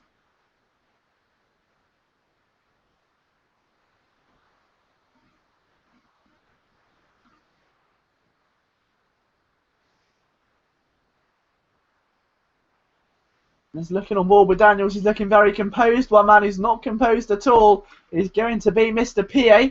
The final results will be out mid next week. We've just received information, but Sean 24 in second. We're hoping they come out a bit later than that because PA scrambling all over the back of him. I thought there was going to be a move there. And can he get there or no? Just about as far as he could get. As they don't make their way now through into the last couple of corners of the lap. Sean 24 maintaining his momentum very, very nicely at the moment. He hasn't really let it drop in the last couple of moments. Pierre and Sean, they have known each other for a very long time and have been racing almost for as long as I've been commentating with Simraceway. I remember them back in the early days of the Sunday race-offs. They've grown to know each other's racing style. Oh, and Mr. Pierre's off! And a big error there. Can see Diamondback overtake him. He does. The Chevy goes through. Will the second Chevrolet of Noddy Racer pass? Or is it too late? In towards turn 1. Noddy Racer's on his inside.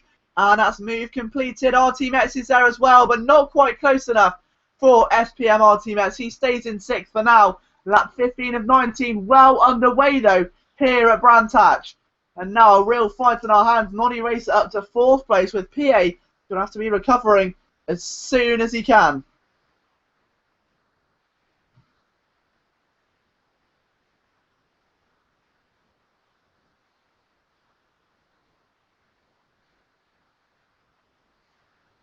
So Noddy Racer 4th, Diamondback 3rd, and you've still got Sean 24 lingering in 2nd as well. But John Daniels, 15 seconds clear of this, is completely oblivious to what anyone else is saying right now.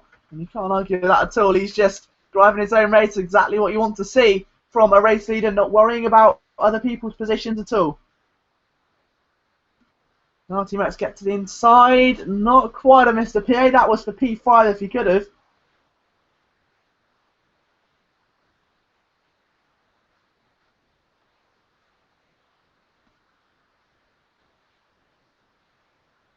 The 3 drivers there of Noddy, Pierre and RT Metz only separated by just over a second as they make their way into clearways. Lap number 16 about to get underway here at Brands Hatch. There's not long left to go now, is there? Over the start-finish straight they go. And Noddy Racer keeping his head strong at the moment in P4 to make it what could be a Chevy 3-4. He's just going to try and keep those 2 Volvos at bay if he can. It's a very difficult task though. Pierre with a bit of a nudge there, making his intentions extremely clear.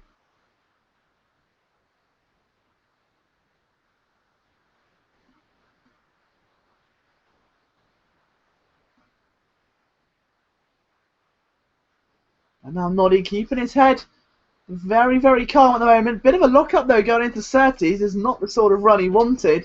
I'll run through what else is happening now. We've got side-by-side action there. That's Metz and PA. So it's still over P5.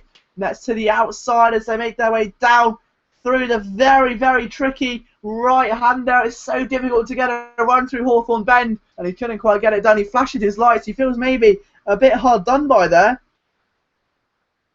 And even so, the lights are on, just trying to get in your opponent's mirror, blind him, confuse him, disorientate him, and make sure you can capitalise on any small error he makes. However, that is still a lot easier said than done when you've got a field as competitive and as fast as this one. And of course, a few of these drivers will be in the A race a bit later on as well.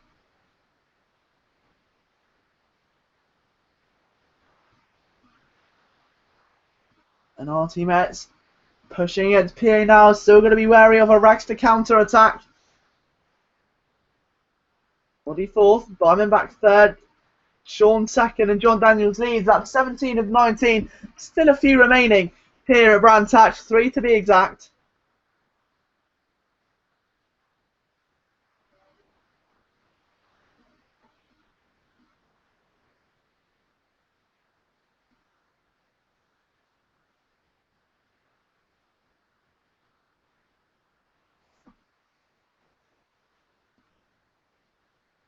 The Diamondback, Noddy Racer, PA, and our team are still unseparated there. That train has been going for quite some time. I know the orders shuffle around more. I mean, you can put a blanket over them and still not find a winner of that battle, but they've been changing positions all race long, and now PA to the inside of the Chevrolet of Noddy Racer, and that one was cut short. Diamondback in third is pulled away from this quite excessively now. He's 1.8 seconds away from his fellow Chevrolet teammate almost. And then you've got those 3 Volvos stalking him down exceedingly quickly indeed. And we're almost got just 2 more laps to go. John Daniels comes out of clearways to start his final, not his final attempt, sorry, his penultimate lap of the race. 2 more times and John Daniels will be a winner in the 900 to 1000 B race. That's the 900 to 1100 B race. We've still got the double header, the A race coming up just after this one with the reverse grid in race number 2 as well. John Daniels is absolutely flying right now, still going very quickly in that BMW. Diamondback's doing okay in third. Sean's pulled well away in second. It's all about the battles for the midfield positions just behind us. PA locks up there, and that's not exactly ideal. PA under a lot of pressure right now as they make their way out of Surtees and going towards Pilgrim's Drop for the penultimate time today. Can our teammates get any kind of gain on the other Volvo driver? Being similarly powered, it's so difficult to achieve that, knowing that there's no real power advantage, for instance, like a Chevy over a Seat. It's all very, very even, and can he get alongside? He almost does, but he's just a bit too far away. It probably would be considered an overly aggressive dive bomb if he went for it. That's why he's probably decided to hold up just a little. And look at that, though. You can just see our teammates and Mr. PA getting really, really close for comfort now. There could be some exchanging blows between these two in just a moment's time. They've just made their way through Dingle Dell. And now up to the inside goes PA, and he's going to have that one cut short again. Noddy goes wide there in the Chevrolet, and at this late on in the race, that could cost him dearly. He's lost 1 position there then. So PA's up to 4th, Noddy down to 5th, and our teammates in 6th. As we enter the final lap of racing here in your Simraceway World Touring Car Championship 2011. Can Noddy Racer get that position back? The power of the Chevrolet is going to need to be used to its full potential now as they go in towards Druids Corner for the final time today. He goes to the inside. PA does not yield and go wide, but the big Chevy barges its way through, and Noddy Racer takes it back. Big position move there for Noddy Racer, but PA still on the inside. The Chevy can't get the power down. The Volvo stays ahead. And now our team Merritt's fancies a bit of the action. He goes to the inside. And 2 drivers still dueling wheel to wheel at the moment. And our team Merritt's takes it in the final moments. So our team Merritt's now 5th. Noddy Racer could go as low as 7th if Ragster can find a way through. It's still a big maybe at the moment, and the power of the Chevy could come into its own right now, but it is not looking good for Noddy Racer. He's held off that barrage all race long, and it could be all crumbling apart in the final few moments. And he's done a bit wide there as well. Lucky for him, as is Ragster, and I think that's going to stop Ragster's attack for the rest of the lap here. John Daniels, 13 seconds clear. He's already putting the lights on as soon as he gets to clearways. He knows he's won over the start-finish line. He's now a World Touring Car Championship winner. Not only has he won in the 900 to 1100 skill quad, he's won in our most competitive championship of all time. The American John Daniels is a winner in the Simraceway 2011 World Touring Car Championship finale. Diamondback takes 3rd behind Sean 24. Mr. PA takes 4th ahead of our teammates in 5th. Noddy Racer takes 6th place. He'll be disappointed with that one. Ragster 7th, the Magico 8th, King Dio 9th, Raceway 10th, Andre Pass at 11th, Dorek 12th ahead of A Costa, who was so close at the end. After the 10-second stop and go, he was just a few tenths of a second away from P12.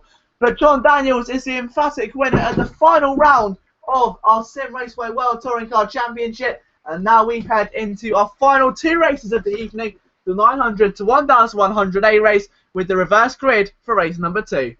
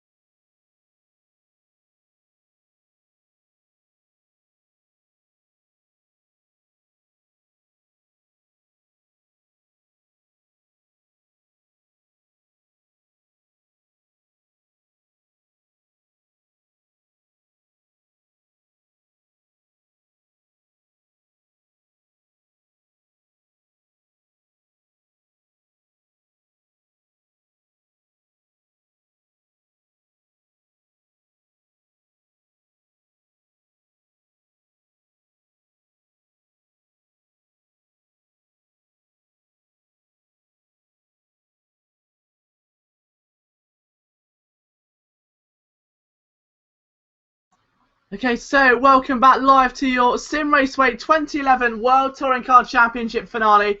5 minutes and 24 seconds left on the clock, and of course the qualifying does decide the grid for race 2 as well. So if you get pole in race 1, you start at the back of the grid for race number 2. A very interesting concept, and again with a field dominated by mostly Volvos, it's going to be interesting to see who comes out on top. There isn't even a set in the field. It's Volvos, a few BMWs quite evenly split, and then one Chevrolet. The one Chevrolet belonging to Shadow Bounty hasn't set a time yet.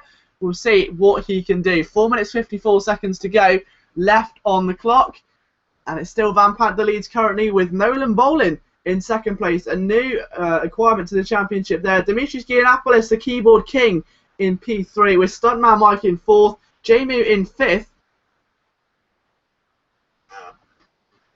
And that is so BMW, BMW, Volvo, BMW, BMW. So you can see 4 out of the top 5 cars are BMWs. Very dominant session early on for the German manufacturer.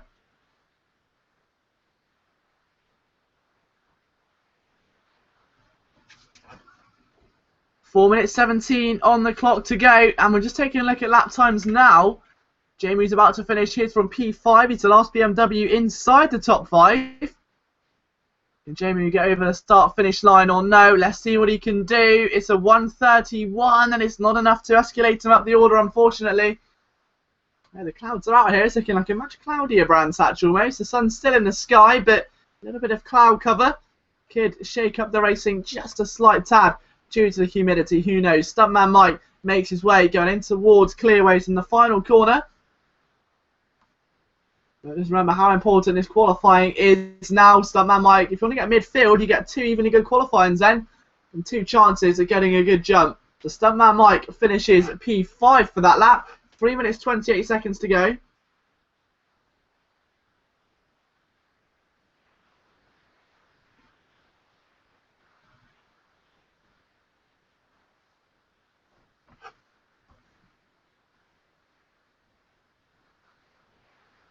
So 3 minutes remaining. Shadow Bounty's now 3rd, so big move there for him. But still the fastest man, a 1:29 for Van Panther. He's absolutely flying with 2 minutes 56 left on the clock. Nolan Bolin 2nd, good debut here for him. Shadow Bounty 3rd, Dimitri's 4th, Stuntman in 5th at the moment. So still some changing factors left in this one. Let's see what Nolan can do. He's in that black and orange BMW to number 5, driven by Michelis, bringing his way down into the final corner now. Over the start-finish line he goes. He needs a 1:29 to beat Van Panther. Remember, he's going quickly at the moment, and he's done not enough that time by, unfortunately. So Shadow Bounty still 3rd. He's going towards the end of his lap in the Chevrolet as well. A little bit of traffic ahead, but it shouldn't be too much of an issue as he dives under the bridge, out of clearways, rides the apex beautifully. And now over the start-finish line he goes. Will this be enough for a time or no? He goes pole. He does do it. A big improvement there for Shadow Bounty. A 1:29.694. 2 minutes left to go in the session. And that is an incredibly quick time there for Shadow Bounty. Absolutely sensational by the Chevrolet. They haven't been quick all weekend, but that was a brilliant, brilliant time. 1 minute 41 seconds left on the clock. And the drivers have got to start running that track now. It'll be at its optimum. It's up to them, however, if they can make the most of it or no. 2 drivers sit inside the 1:29s. Nolan Bolin, a 1:30.076. He's very close, but he's just off at the moment in terms of getting in towards that number 1:29. It's very difficult to do, and a lot is different compared to a 1:30 and a 1:29. Doesn't sound like a lot, but in qualifying, that is a big margin. You need to be hitting it if you want to get a good quality position for race 1.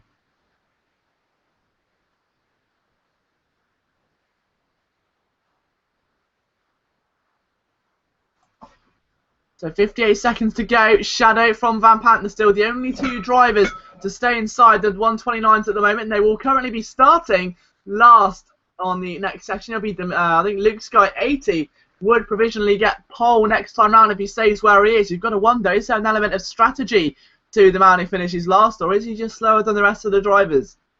Luke's got over the line. He doesn't improve that time by it. Mr. PA doesn't either. The man in front of him in 12th. So final minute underway. Shadow, Van Panther, Nolan, Dimitri Giannopoulos, Stuntman Mike, Devil Bevan in 6th, Lazarus 7th, Jamie in 8th, Grafindel 9th, B13 in 10th, AGO6 11th, PA 12th, Luke Sky 13th. And that rounds out your runners for the action so far. Big spin there for Dimitri's. That won't be an improvement. Stuntman Mike's off in 5th as well. So both of their laps are effectively over. And Shadow Bounty over the line again. He should get actually one more shot at this. 1 second left to go in qualifying. The checkered flag is out. So now it's just a case of waiting for those final lap times to come in. There's not long left to go before this session comes to a close. 7 laps done there by Shadow Bounty and Van Pan. They're incredibly dedicated in a 10-minute session, including outlap as well. They've effectively spent all of the session out on the circuit. So very, very dedicated pair of drivers who lead at the moment. The Chevy and the BMW, who are currently on the front row. There's no change in position at the moment in the top 5. With the checkered flag out, I'll run you through the order as it stands. It's Shadow, Van Panther, Nolan Bolin in 3rd place. And Dimitris Giannopoulos 4th, Stuntman Mike 5th, Devil 6th, Lazarus 7th, Jamie in 8th, Grafindel in 9th. That changes. Devil Bevan is now 7th, Lazarus 8th, Grafindel 9th, B13 10th, AGO 6 11th, Luke Sky in 12th. And Mr. PA will be your pole sitter for race number 2. But the pole sitter for race number 1 is Shadow Bounty Chevrolet ahead of Van Panther's BMW and Nolan Bolin's BMW in 3rd position. So that rounds out a qualifying session. We'll be right back with you very shortly for race number 1 of 2 in our finale of the Simraceway World Touring Car Championship.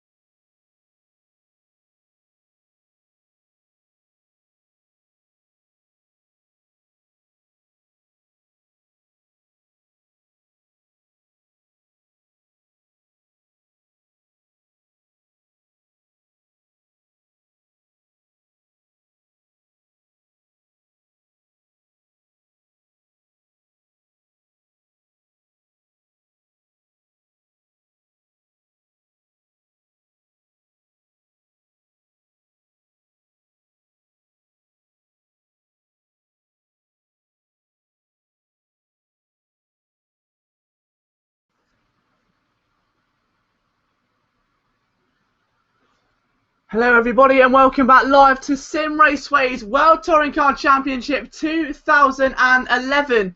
Here we really cannot wait for this race to get underway. It was an impressive pole position from Shadow Bounty and we really don't know what's going to happen. It's been sensational so far. The lights go out and it's a BMW 1, 2, 3, 4, but they will scramble as they're heading towards Paddock Hill Bend. And it's Van Panda that leads the way. Stuntman Mike second. Nolan on the outside. The newcomer goes down to third after an impressive qualifying. They scramble into Druids for the first time in this 15-lap race. They've got to stay together. Shadow Bounty there with a bit of a nudge as well. The drivers cannot lose their cool. They've got to try and stay calm in this opening stint.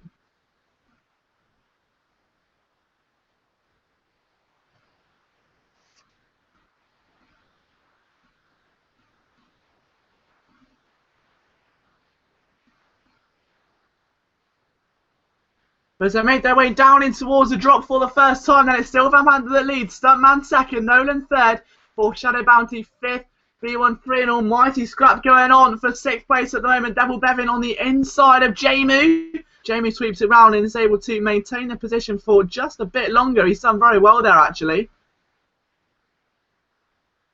So well played to him. Graf Findle now on the inside of Devil Bevin trying to get there. Unfortunately not just yet though. Early days, so 15 laps, as we've said. It's a long afternoon of racing. And he's trying to hold on against Grafindle and PA. It's a long, long afternoon. They've got to try and keep their heads clear. Luke's guide to the inside of Dimitri Giannopoulos. Man, he'll start right at the front of the grid for next race after the reverse grid of qualifying. Around the outside goes Luke Sky. Dimitris and Giannopoulos collide. Luckily, the two of them stay together. They don't go off and crash or anything.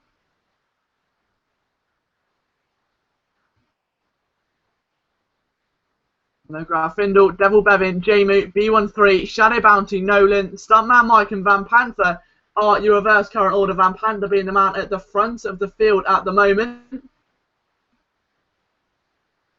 And he's got a 1.4 second gap as well onto lap 2. Stuntman Mike, Nolan and Shadow Bounty. The other drivers following. Shadow Chevrolet going up the inside of Nolan Bolin, but Nolan keeps his car very firmly placed.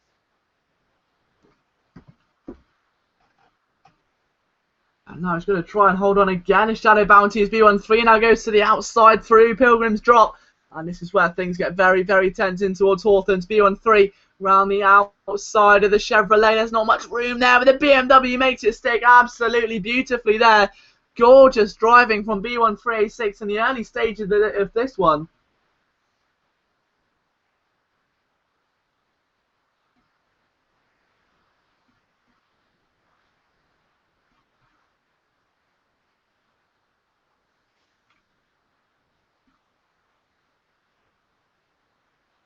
The Shadow Bounty clinging on at the moment then as he goes to the inside of B13. And he's not quite got it just yet though. The battle for P4 we're witnessing. Can he get there or no? Not quite. Shadow Bounty moves to the inside. And can he get there? Oh, he's done it through Paddock Hill Bend. The Chevrolet back in front, and as they go towards Druids, the BMW cuts back. This is classic touring car racing. It's B13 now on the assault. Swooping round Shadow Bounty. Can he hold his line in the Chevrolet? Not quite, but on the run down in towards Graham Hill Bend, I think the Chevrolet's just about done it. It's as the Shadow Bounty retains 4th position.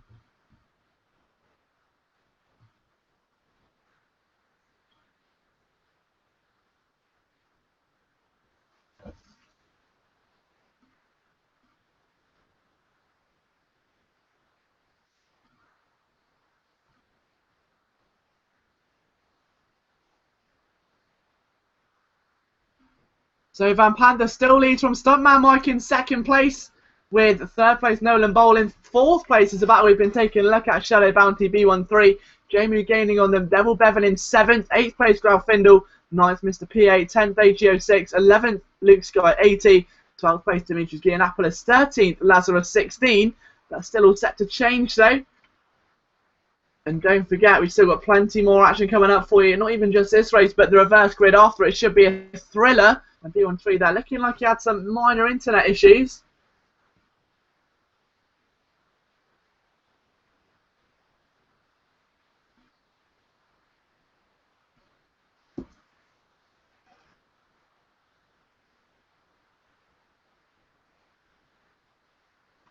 And now Van Panther keeps his head clear. Second place, Stuntman Mike. Third place, still Nolan Bolin. Lap times that time round were very, very quick, actually, for the top four. All very close together as well.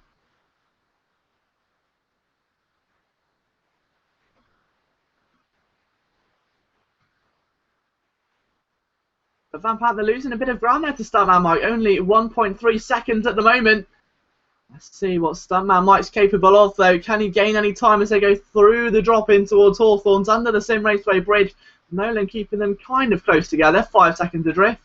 Fourth place is Shadow Bounty. Fifth place B13. Sixth place Jamu. Seventh Devil Bevin. Eighth place Grauffindel. Ninth AGO. Then PA, Luke Sky and Dimitri. The last four all being Volvos there. There's been a very BMW dominated opening stint. 1, 2, 3. Well, 1, 2, 3 all BMWs. Then it's a Chevy. Then another BMW and another 2 following.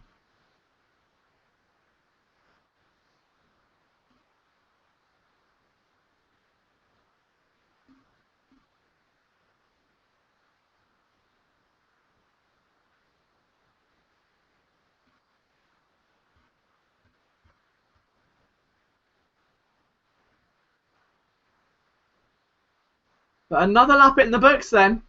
And the drive is starting to settle into a rhythm now. A 1 minute 30.2 for Van Panther, a 30.4 for Stuntman Mike, 30.5 for Nolan Bolin, a 129.9 for Shadow Bounty. So that man is absolutely flying at the moment up the inside in P4.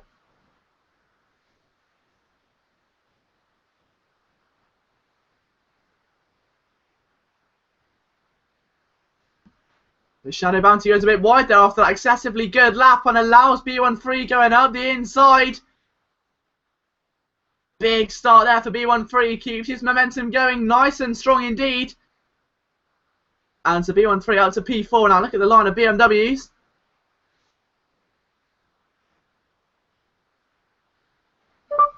Ooh. And now the Shadow Bounty trying to go back up there with that Chevrolet.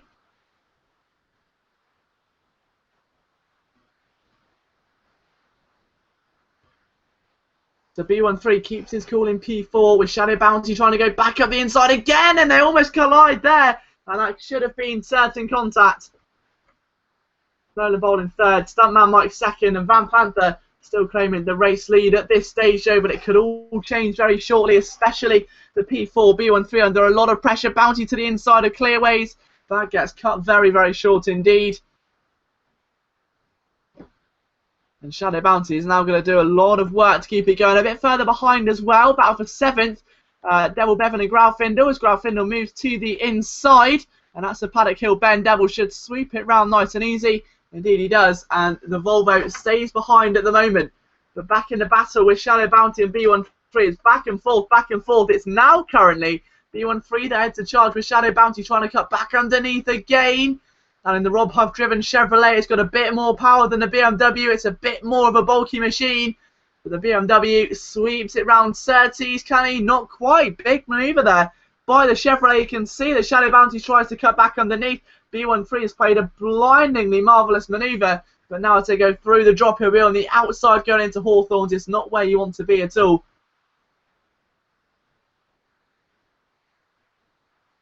Can he move to the inside or no? Not quite. Although he has pulled along the inside the next corner. They go through the double apex. And again, Shadow Bounty keeps his head clear. Just above water at the moment.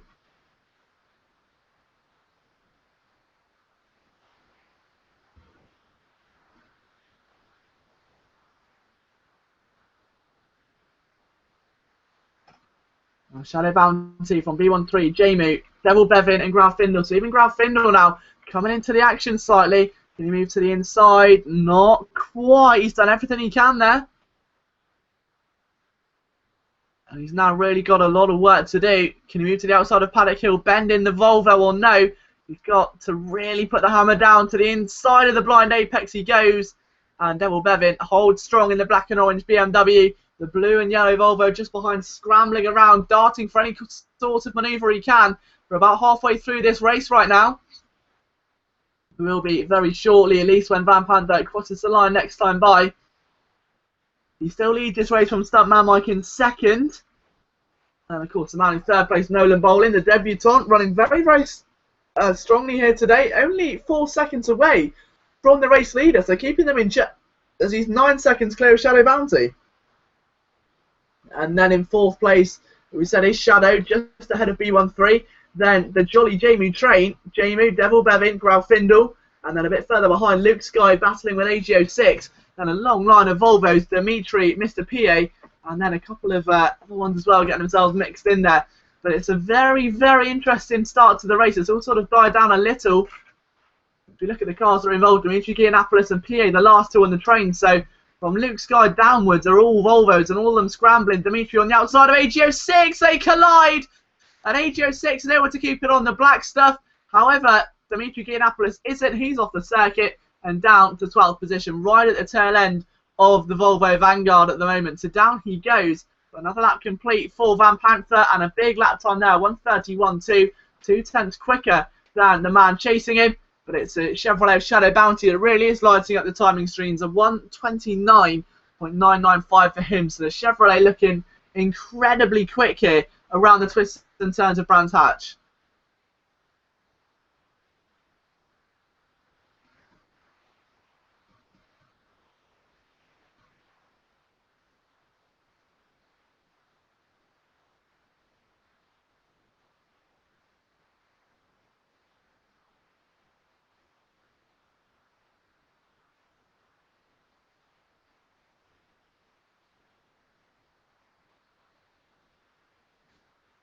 Although the race still goes on now, the battles may have died down a little, other than the Grauffindel, and that is still very much alive. Grauffindel to the outside of Devil Bevin, tries to sweep it round in the Volvo, the BMW having absolutely none of that. And keeps his momentum at an all-time cool there. So Grauffindel just about staying behind. It was a very, very worthy manoeuvre. He almost got the job done, but it just wasn't enough on the day. And Devil Bevin keeps his nose clear just for a few moments longer. Whether that will stay or no remains to be seen. But lap number 9 of 15 about to be started by Van Panther, 1.2 seconds away from the chasing BMW of stuntman Mike Nolan, another 2.8 seconds behind. So really not that far.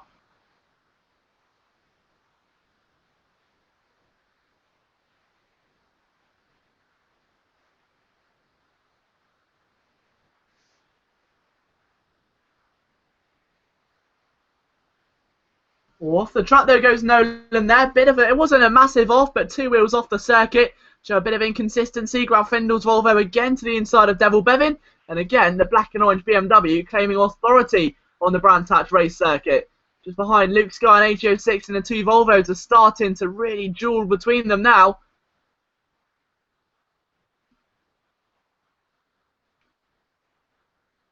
It's AG06 and Luke Sky. Luke Sky doing everything he can to keep AG06 at bay. They've been really fighting and very, very hard over the past few moments, and we're sure it's only going to increase as time goes on, considering we only have 6 laps left as they cross the time limit next time by. Grauffindel and Devil Bevin will be hoping there's 60 more. They've been dueling hammer and tong all race long, and I can't see this battle being solved anytime soon. And Mr. PA goes off, and he's gone a bit wide there, and that's a real struggle for PA in 10th.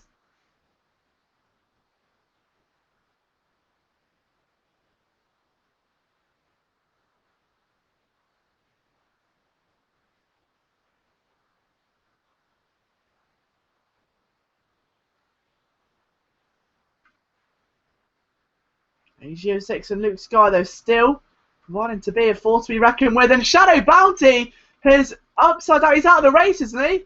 Shadow Bounty with a massive collision there. He's down to P12.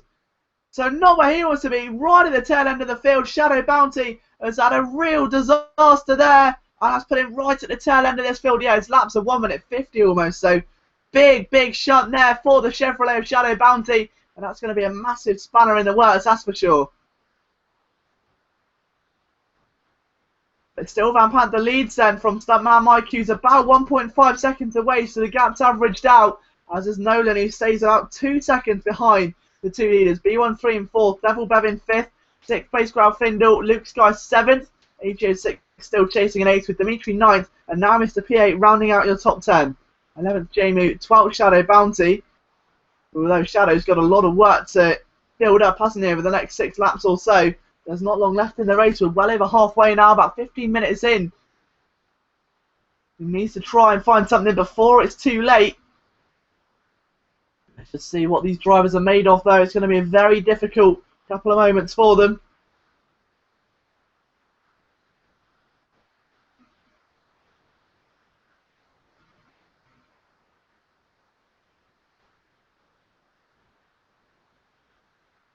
Van Panther over the line again, lap 11 underway, 1 minute 30 flat for him, 5/10 faster that time than Stuntman Mike and 3/10 than Nolan. So Nolan Bolin, the newcomer to this series, doing okay, isn't he? Clinging with the big boys at the moment, in fact gaining on Stuntman Mike that time by. Not a bad showing at all, is it, on your first ever sim race, especially in a series as competitive as this one as well, the World Touring Car Championship.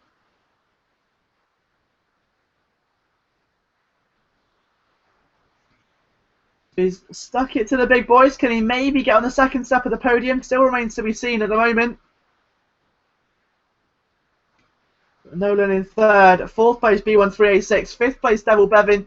Sixth place Grafindel. Seventh Luke. Eighth AGO. And ninth Dimitri Giannopoulos at this stage. Still a long, long way before we hit a checkered flag though. And that means there could still be a lead change. I mean, I know Van Panther's led the majority of the way so far. Stuntman Mike now 3 seconds adrift, and Nolan Bolin actually gaining on Mike. So he's slipping into the prey of the black and orange BMW with Stuntman Mike, the newcomer, looking to really establish a name for himself right now.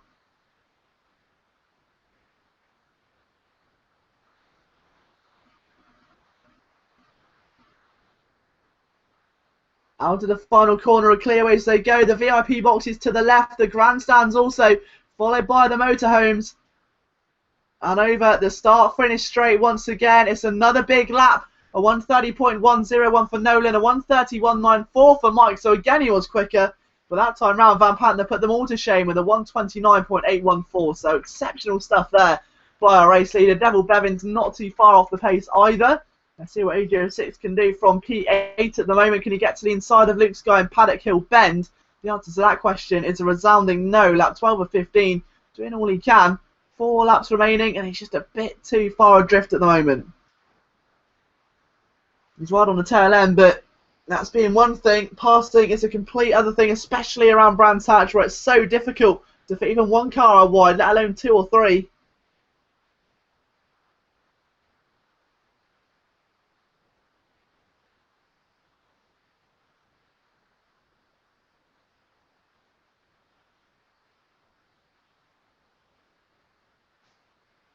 And AJ06 get to the inside of Luke Sky now. I think he can actually. It's a big move down through the drop. And Luke's going to sweep his Volvo around the outside. The 2 Volvos make a bit of contact, but AJ06 goes through. Luke Sky down to a lonely 8th position at the moment with the keyboard king, Dimitri Giannopoulos, just a few seconds away. This is going to be an incredible showing, that's for sure, in the final few moments or so. And don't forget, we've still got a battle up front of Grafindel and Devil Bevin. We've got Nolan and Stuntman gaining on each other as well. This could be one of the most emphatic finishes of our season so far. Out of the final corner go Grafindel and Devil.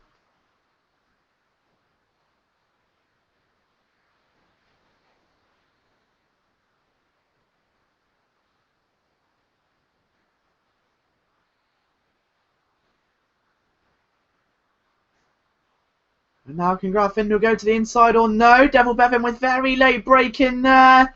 And he may have just outbroken himself going into Druids. Grafindel's going to try and come back at him, is he? Not quite. But the 3 Volvos behind of AGO, Luke and Dimitri, that's 7th, 8th and 9th. They're all fighting very hard. And this could be one of the biggest battles to be broadcasting quite some time. I don't think the other guys are going to catch each other for a pass anytime soon, but those 3 are looking rampant at the moment, especially Dimitri is looking especially fast. Knows he wants to get a good result. He's got a good start for the second race. I think he's 2nd place if I remember rightly.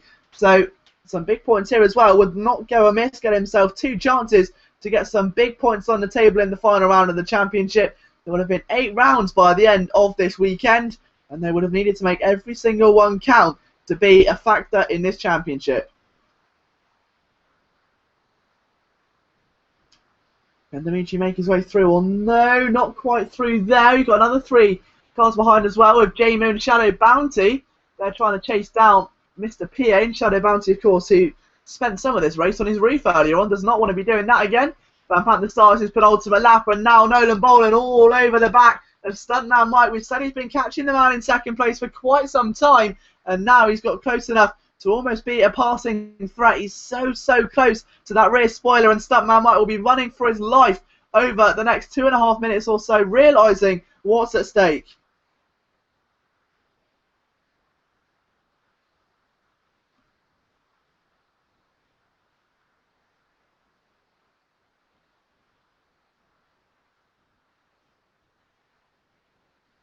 And Canola move to the inside of stuntman, or no, not quite.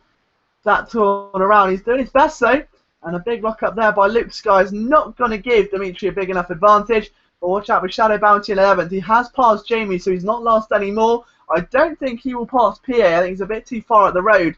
But my goodness me, what a shaking up order. Shadow, who was right at the front of the field, prime position to get good points after a good qualifying, has now made a big mistake, and it gets even worse because he'll be starting right at the back of the field next time round. As the reverse grid's not race results, it's on qualifier, making it an entirely different ball game. So if you mess up your result from the opening row of the grid and then you have to start at the back, it's going to be a bad weekend for you. That's exactly what he's finding out right now. Van Panther crosses the line to start his final encounter of the Brands Hatch circuit for race number 1. And now it looks to me like Nolan Boland has got so close to the rear end of stuntman Mike. We could see a lackluster manoeuvre into the final few corners here. If we're lucky, into Druids. There's nothing going just yet, but the two BMWs side by side almost through there as they're going towards Graham Hill Bend.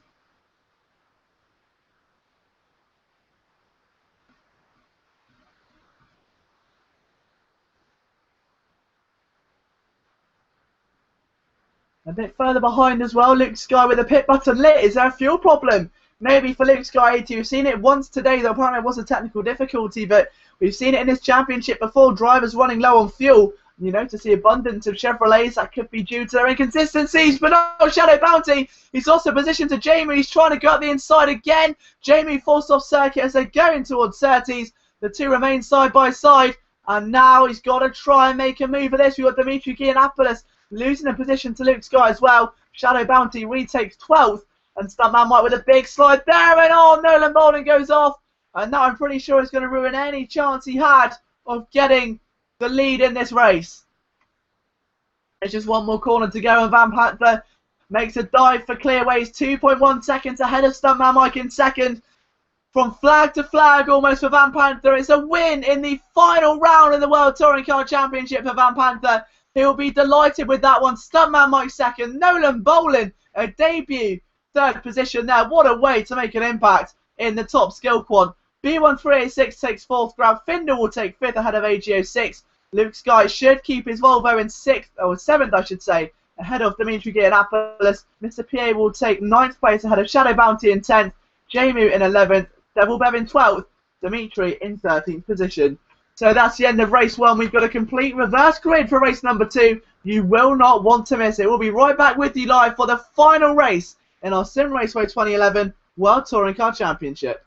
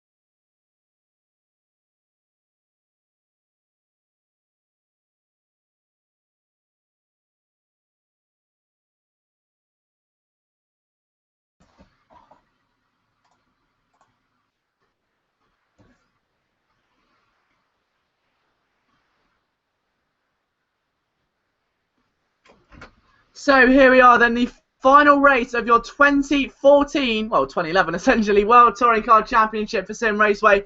PA on pole, Luke Sky second, AGO 6 and B13 third and fourth. The lights go out. It's going to be a big start there. Already a big launch there for Van Panther, who already started a fantastic race last time. Starts at the back of the field, charges through, and is already making progress as the field slammed down into Paddock Hill Bend for the first time. I think that's an orange and black BMW that's gone just a little bit wide there, but it's B13 that leads the field out of Druids. Luke Sky in second, Graf Findle third, fourth place is Lazarus, fifth place P8, sixth Stuntman, seventh Nolan Bolwins. On a good start there by the debutant, really making a name for himself here today.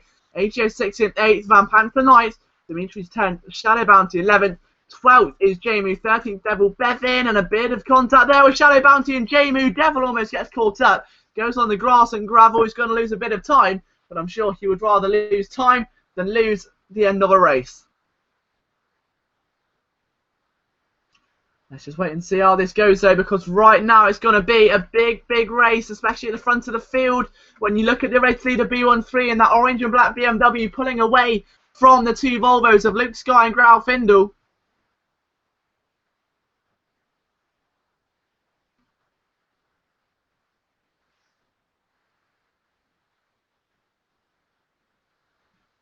So the field's already split into three groups, essentially. So you've got B13, Luke Sky, Graf Findle, and Lazarus, your top four. Then P8, dragging with him Stuntman Mike, who's already gone to the inside, and he can't quite do it. And Nolan Bolin, AGO 6, Van Panther, Shadow Bounty, and Dimitri's Giannopoulos. So Van Panther's holding on very sturdy at the moment, but he's going to struggle now as they're going towards Paddock Hill Bend. Lap number 1 out of the way, 14 to go here at Brands Hatchwell World Touring Car Championship.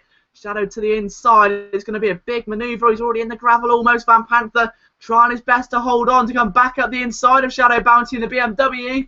And he's struggled a bit there. Shadow in the Chevrolet sweeps around the outside. And the Chevrolet cruises by, if you pardon the pun.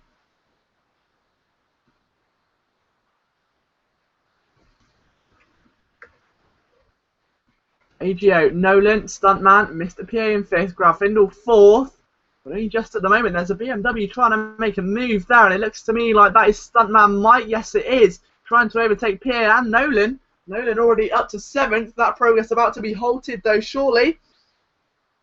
Actually, take it back. He goes up the inside of Stuntman Mike, so he's up to 6th. The biggest mover and shaker since the grid now at the inside of that Volvo. Mr. PA still vying for a manoeuvre as they go through the double right-handed corner.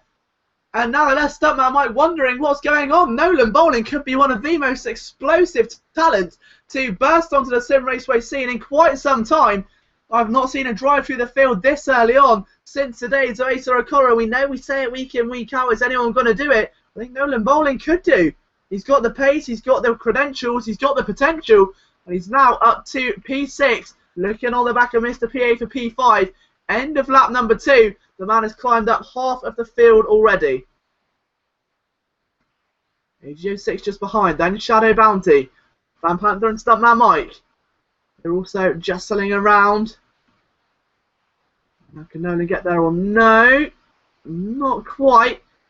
And PA's doing everything he can to keep his car there, but Nolan's sprinting around the outside of Graham Hill Bend, and he's cut short, he spins! Can he save the slide? No! He gets tapped by AGO 6. You've got to feel like if he wasn't tapped then, he would have saved the slide. That is a real shame for that black and orange BMW. He's tried just about everything he can. And Nolan Bolin sinks down to 12th position. The only man he's in front of is Jamu. And that's such a shame. He was one of the most entertaining drivers. Well, Stuntman Mike has had a spin as well. So he's up to P11. Van Panther, the race winner from last time, stuck behind Dimitri's Giannopoulos at the moment. Those two joining over 8th and 9th, only not much longer. As Dimitri goes a bit wide, Van Panther's able to sail straight up the inside like it was the easiest thing since turning on your computer. Although we know there's going to be a lot more controversy in this race. Shadow Bounty around the outside there. The man who ended up on his roof last time round on a good start. Already up to P5, he knows he needs some good points after what was a very unfortunate run last time by.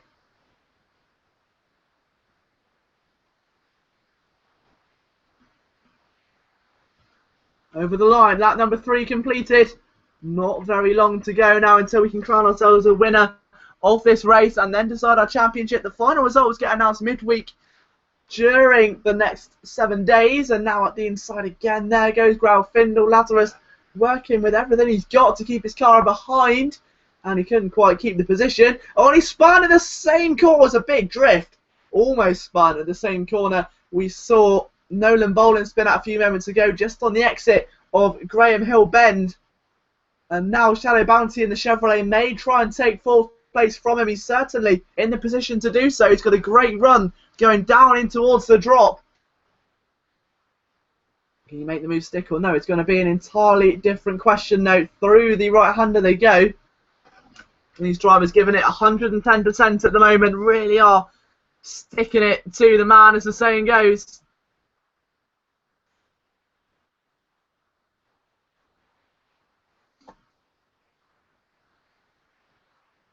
Can Shadow Bounty hold on against Lazarus? So Lazarus has done well so far, but Shadow to the inside he goes. Lazarus keeps his head clear.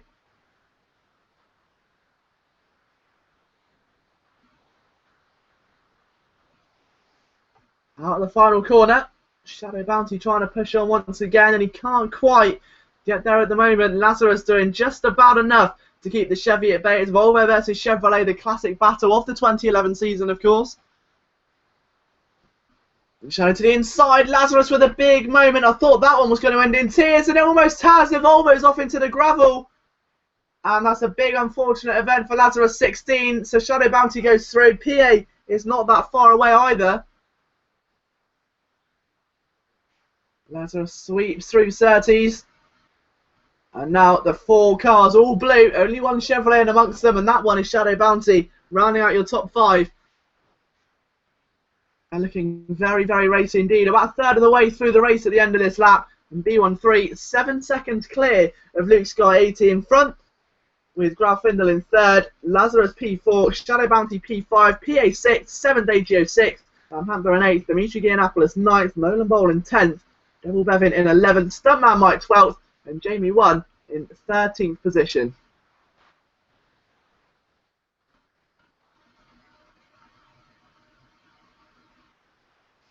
And now Grauffindel all over the back of Luke Sky, though, going to give it a go up the inside. Not quite through there. Very, very difficult on the run down towards Clearway. He just couldn't quite get the run going he wanted.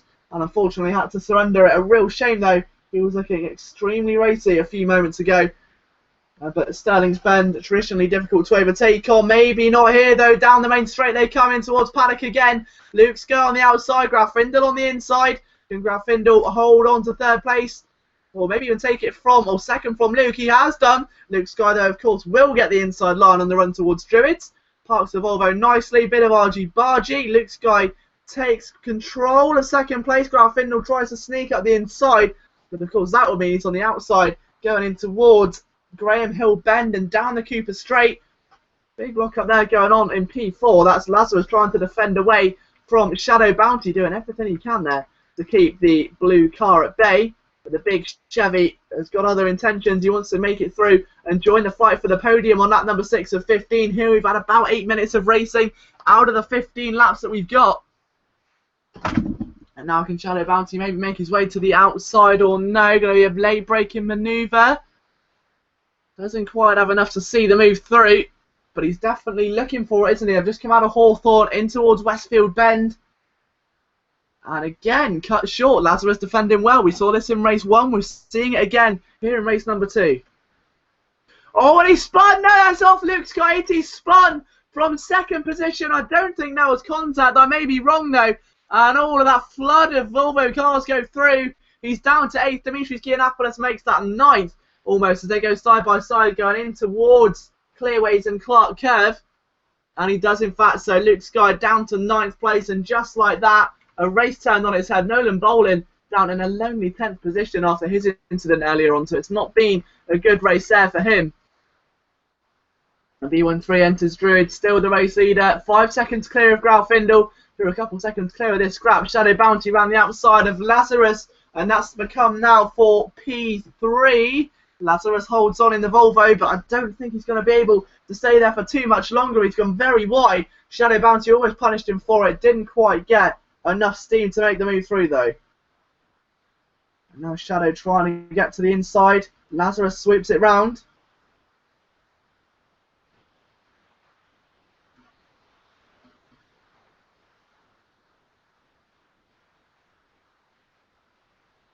And now trying to move to the inside. Shadow Bounty, can he cut underneath? No, Lazarus very, very stern there, parking his car like he doesn't plan on moving for an eternity. He's paid and displayed his ticket there. Okay, and AGO6 also not too far adrift now.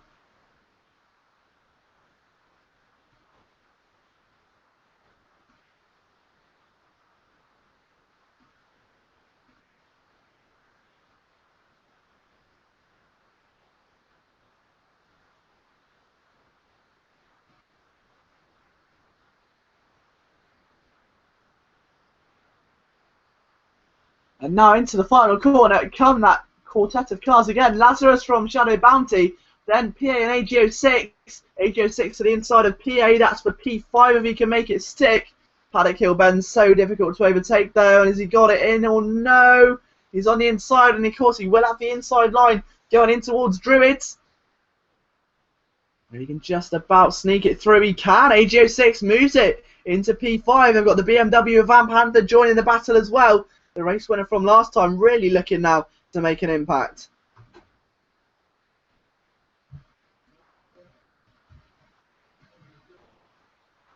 And now the run really starts to collide for Mr. PA because Van Panther slides through for P6, so it's down to P7 for he wanted in the slightest. He really needed that centre stability. And unfortunately, it's all gone just slightly wrong there for him. And PA could sink even further down the field now as Dimitri Giannopoulos, the keyboard king, goes to the inside. He pushes him right to the edge of the circuit. Through Westfield corner, bit of contact. And Mr. PA is really getting aggressive on the defensive side of things now. Does not want to let him through. And that's going to be a big worry indeed. Nolan Bolin trying to go up the inside of Luke Sky 80. Both have done extremely well this weekend so far.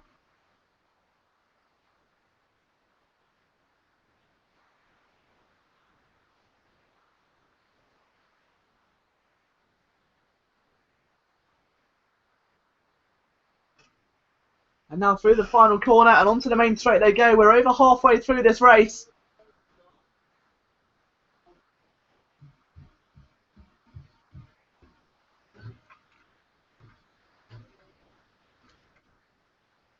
P13 then, 8 seconds clear at the moment ahead of Grafindel in second, Shadow Bounty third, Lazarus fourth, AGO6 in fifth, Van Panther sixth, Dimitri seventh, Nolan Bolin eighth, ninth is Luke Sky, 10th is Mr. PA, 11th Devil Bevin, 12th Stuntman, and 13th Jamie. So Nolan Bolin currently there in 8th place. Needs to do just a little bit more though, doesn't he, to try and convert this into a fully fledged assault package, because if you ask me, this man had the potential to get into the podium positions.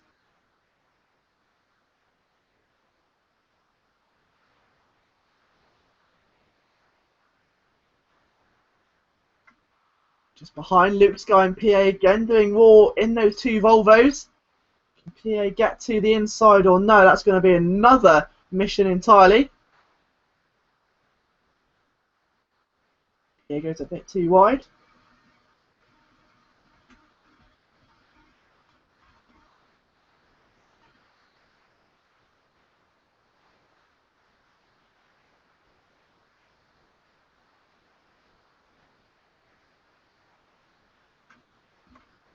As B13, 10 seconds clear. Second place, Grafindel. Third place, Shadow Bounty. Fourth, Lazarus. Fifth, AGO6. Sixth was the race winner from race number 1 in 6th position.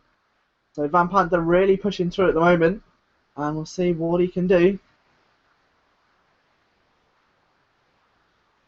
He's got two Volvos up in front of him though, so it's not exactly easy pickings. AGO6 and Lazarus, two very competitive drivers.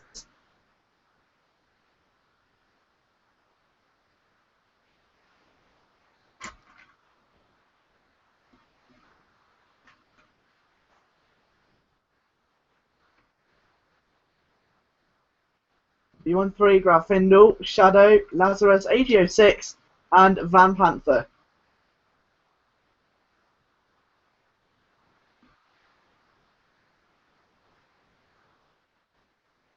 Luke Sky, Mr. PA, Devil Bevan in 11th, Stuntman in 12th, Jamie 13th. But it's all sort of separated out now. Other.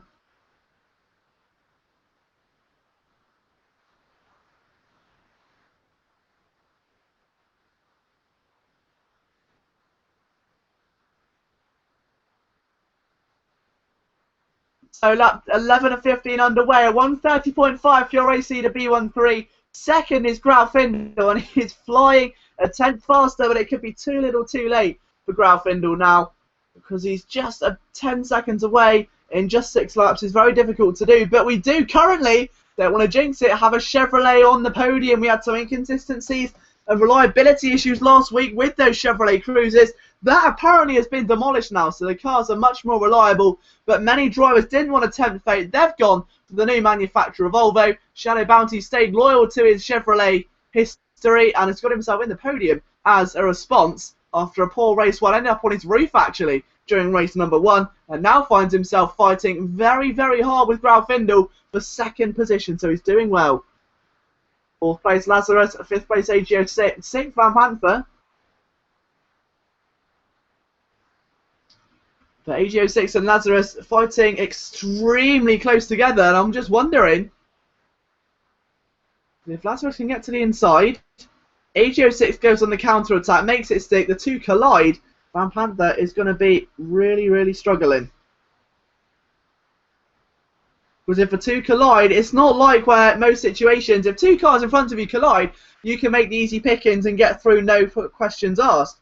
But with Brands Hatch, where the circuit is so narrow, the runoff so wide, and the barriers so tense and so stiff, it makes it extremely difficult for cars to make a big pass. And if they do collide, you've got a car tucked up right behind you. There's not many places for that car to go other than straight into the back of you.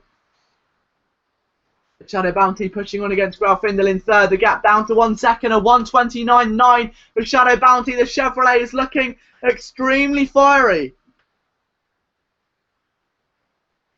By extremely fiery, we mean he means business now. Out of Surtees he comes, down the Cooper straight. The last few laps he's been setting the timesheets alight. If they got any more purple, I think they'll burn out my eye socket. Shadow Bounty has been tearing up the Brands Hatch circuit. And Graufindel will be feeling all of that pressure. Shadow Bounty, one of the more experienced drivers here in the Simraceway service. As they go down through the drop, out of Pilgrims, out of Hawthorne Hill and into Hawthorne Bend.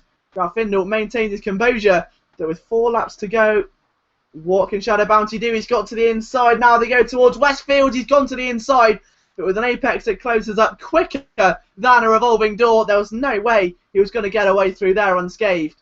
A real shame.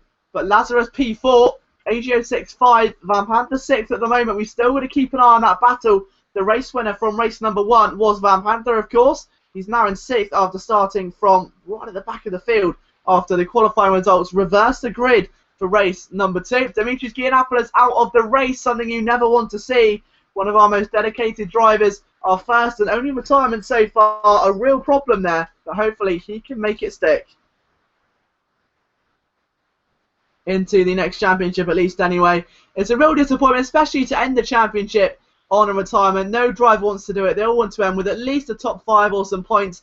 But we know Dimitri, we know he'll be back for the following championship. Whatever it is, we've got a big announcement coming for you within the next couple of weeks here at Simraceway for our next series.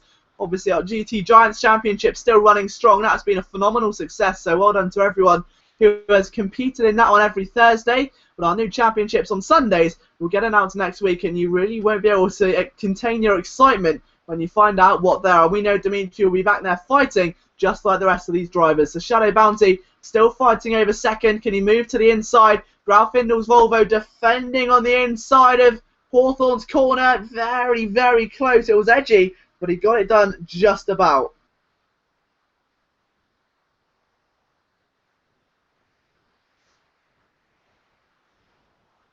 And now can Shadow go to the inside or no? Not quite. But the Chevy is looking extremely dangerous. And look at the pack of cars now. We've got a Lazarus line. It's Lazarus, AGO, Van Panther, and now Nolan Boland, who could even have a chance at the top 5. If he can, he could be driver of the day. AGO 6 under intense pressure. It's a terrible, terrible exit going out of Sterling's Bend into the final corner. And they're all somehow holding on. Nolan side by side with Van Panther, the race winner and third place from last race. And now side by side, it's BMW drag racing in towards Paddock Hill Bend. Nolan Bolin on the inside. Van Panther defending with everything he's got. Nolan storms through. A big move, and the newcomer sends a careering upset through. Van Panther goes back on the counter into Druids. Overtakes again. Nolan's obviously going to sneak back underneath. He doesn't have the power. But a scary, scary moment for experienced veteran Van Panther. There's a new kid on the block, and he is here to stay. Nolan Bolin having a phenomenal debut here in the Simraceway World Touring Car Championship. What a way to start. That is absolutely breathtaking. Making a move that gutsy going in towards Paddock Hill Bend. We're on the penultimate lap of the race, and I wish we had another 15. The B1386 is 12 seconds clear and just about a minute and a half away from a victory in the final race of your Simraceway World Touring Car Championship for the 2011 season. Shadow Bounty second, Grafindle's in third, then that long line of cars, which you may as well throw a blanket over. We still don't know how this is going to end. It's Grafindle, AG6 in fourth, you've got Lazarus, then Nolan, and then Van Panther, and Nolan's done it again! He's gone round the outside of Sterling's and made it stick! So Nolan Bolin making his way down now in towards the final corner, in towards Clark Curve for 6th place. He wants 5th place. He's got a top 5 on the mind, and if he can achieve that, 2 top 5s despite starting at the back of the field and the crash, this man is something extremely special.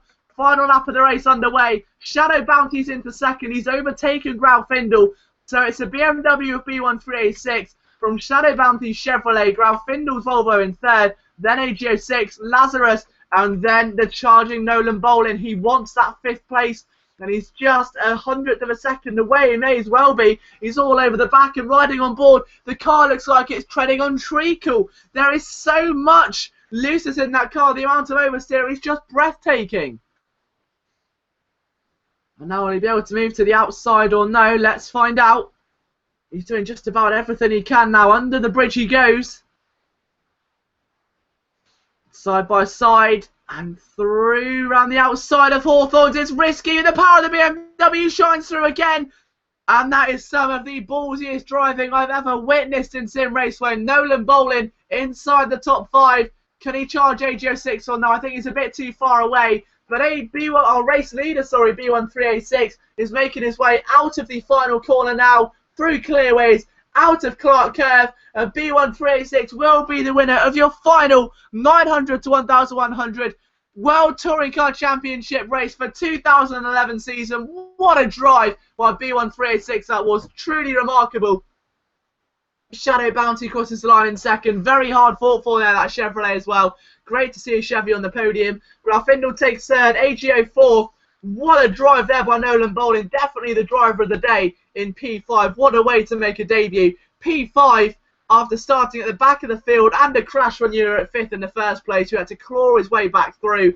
Lazarus 6th, Van Panther 7th. Luke Sky was able to take his Volvo into 8th place. 9th place was Stuntman Mike. 10th PA. 11th Jamu. 12th Devil Bevin. And our only retirement was Dimitri's Giannopoulos. Van Panther complaining that his car was damaged towards the end of that race there, and a real shame that was. That would explain why he wasn't as pacey as he was in race number 1. But an emphatic win from B1386 and an even more emphatic end to our World Touring Car Championship. What a championship it was. A massive thank you to our race administrator and events organiser Kosako for organising such a brilliant, brilliant championship. He never fails to disappoint, does he? A breathtaking series of races from some of the best tracks with the field and class of 2011 World Touring Car Championships. So all of the drivers, I know there have been over nearly 70 to 80 of you that have entered this championship. So a massive well done and thank you to all of you for taking part in what has been a massive part of... Oh, excuse me. I think that race has almost killed my voice, but it's been a massive part of the Simraceway 2014 year, and I'm really glad he could have been a part of it. To the audience as well, who've just joined us and made this broadcast possible, you've made me have the most brilliant Sunday afternoons possible, and these last 4 weeks have been sensational. There's no other word for it. I've loved every single second I've been in the commentary booth. To our cameramen who unfortunately haven't been here today, No Fear C and Pedro Ramos, they normally deliver some cracking content. And from myself, Liam Jenkins, I will see you next weekend for a new championship on Sim Raceway. But if you want to stay in touch with us here at Sim Raceway, our Facebook page is facebook.com/SimRaceway. Our Twitter handle is @SimRaceway, or mine is LiamJenkins21. And our Instagram @SimRaceway, where you can win yourself $2.50 in the way of gift vouchers, which is effectively a free car for just posting some in-game screenshots. So some new horizons on the way next weekend, and I'll be there every step of the way. Take care, guys. I'll see you next week for the dawn of a new era.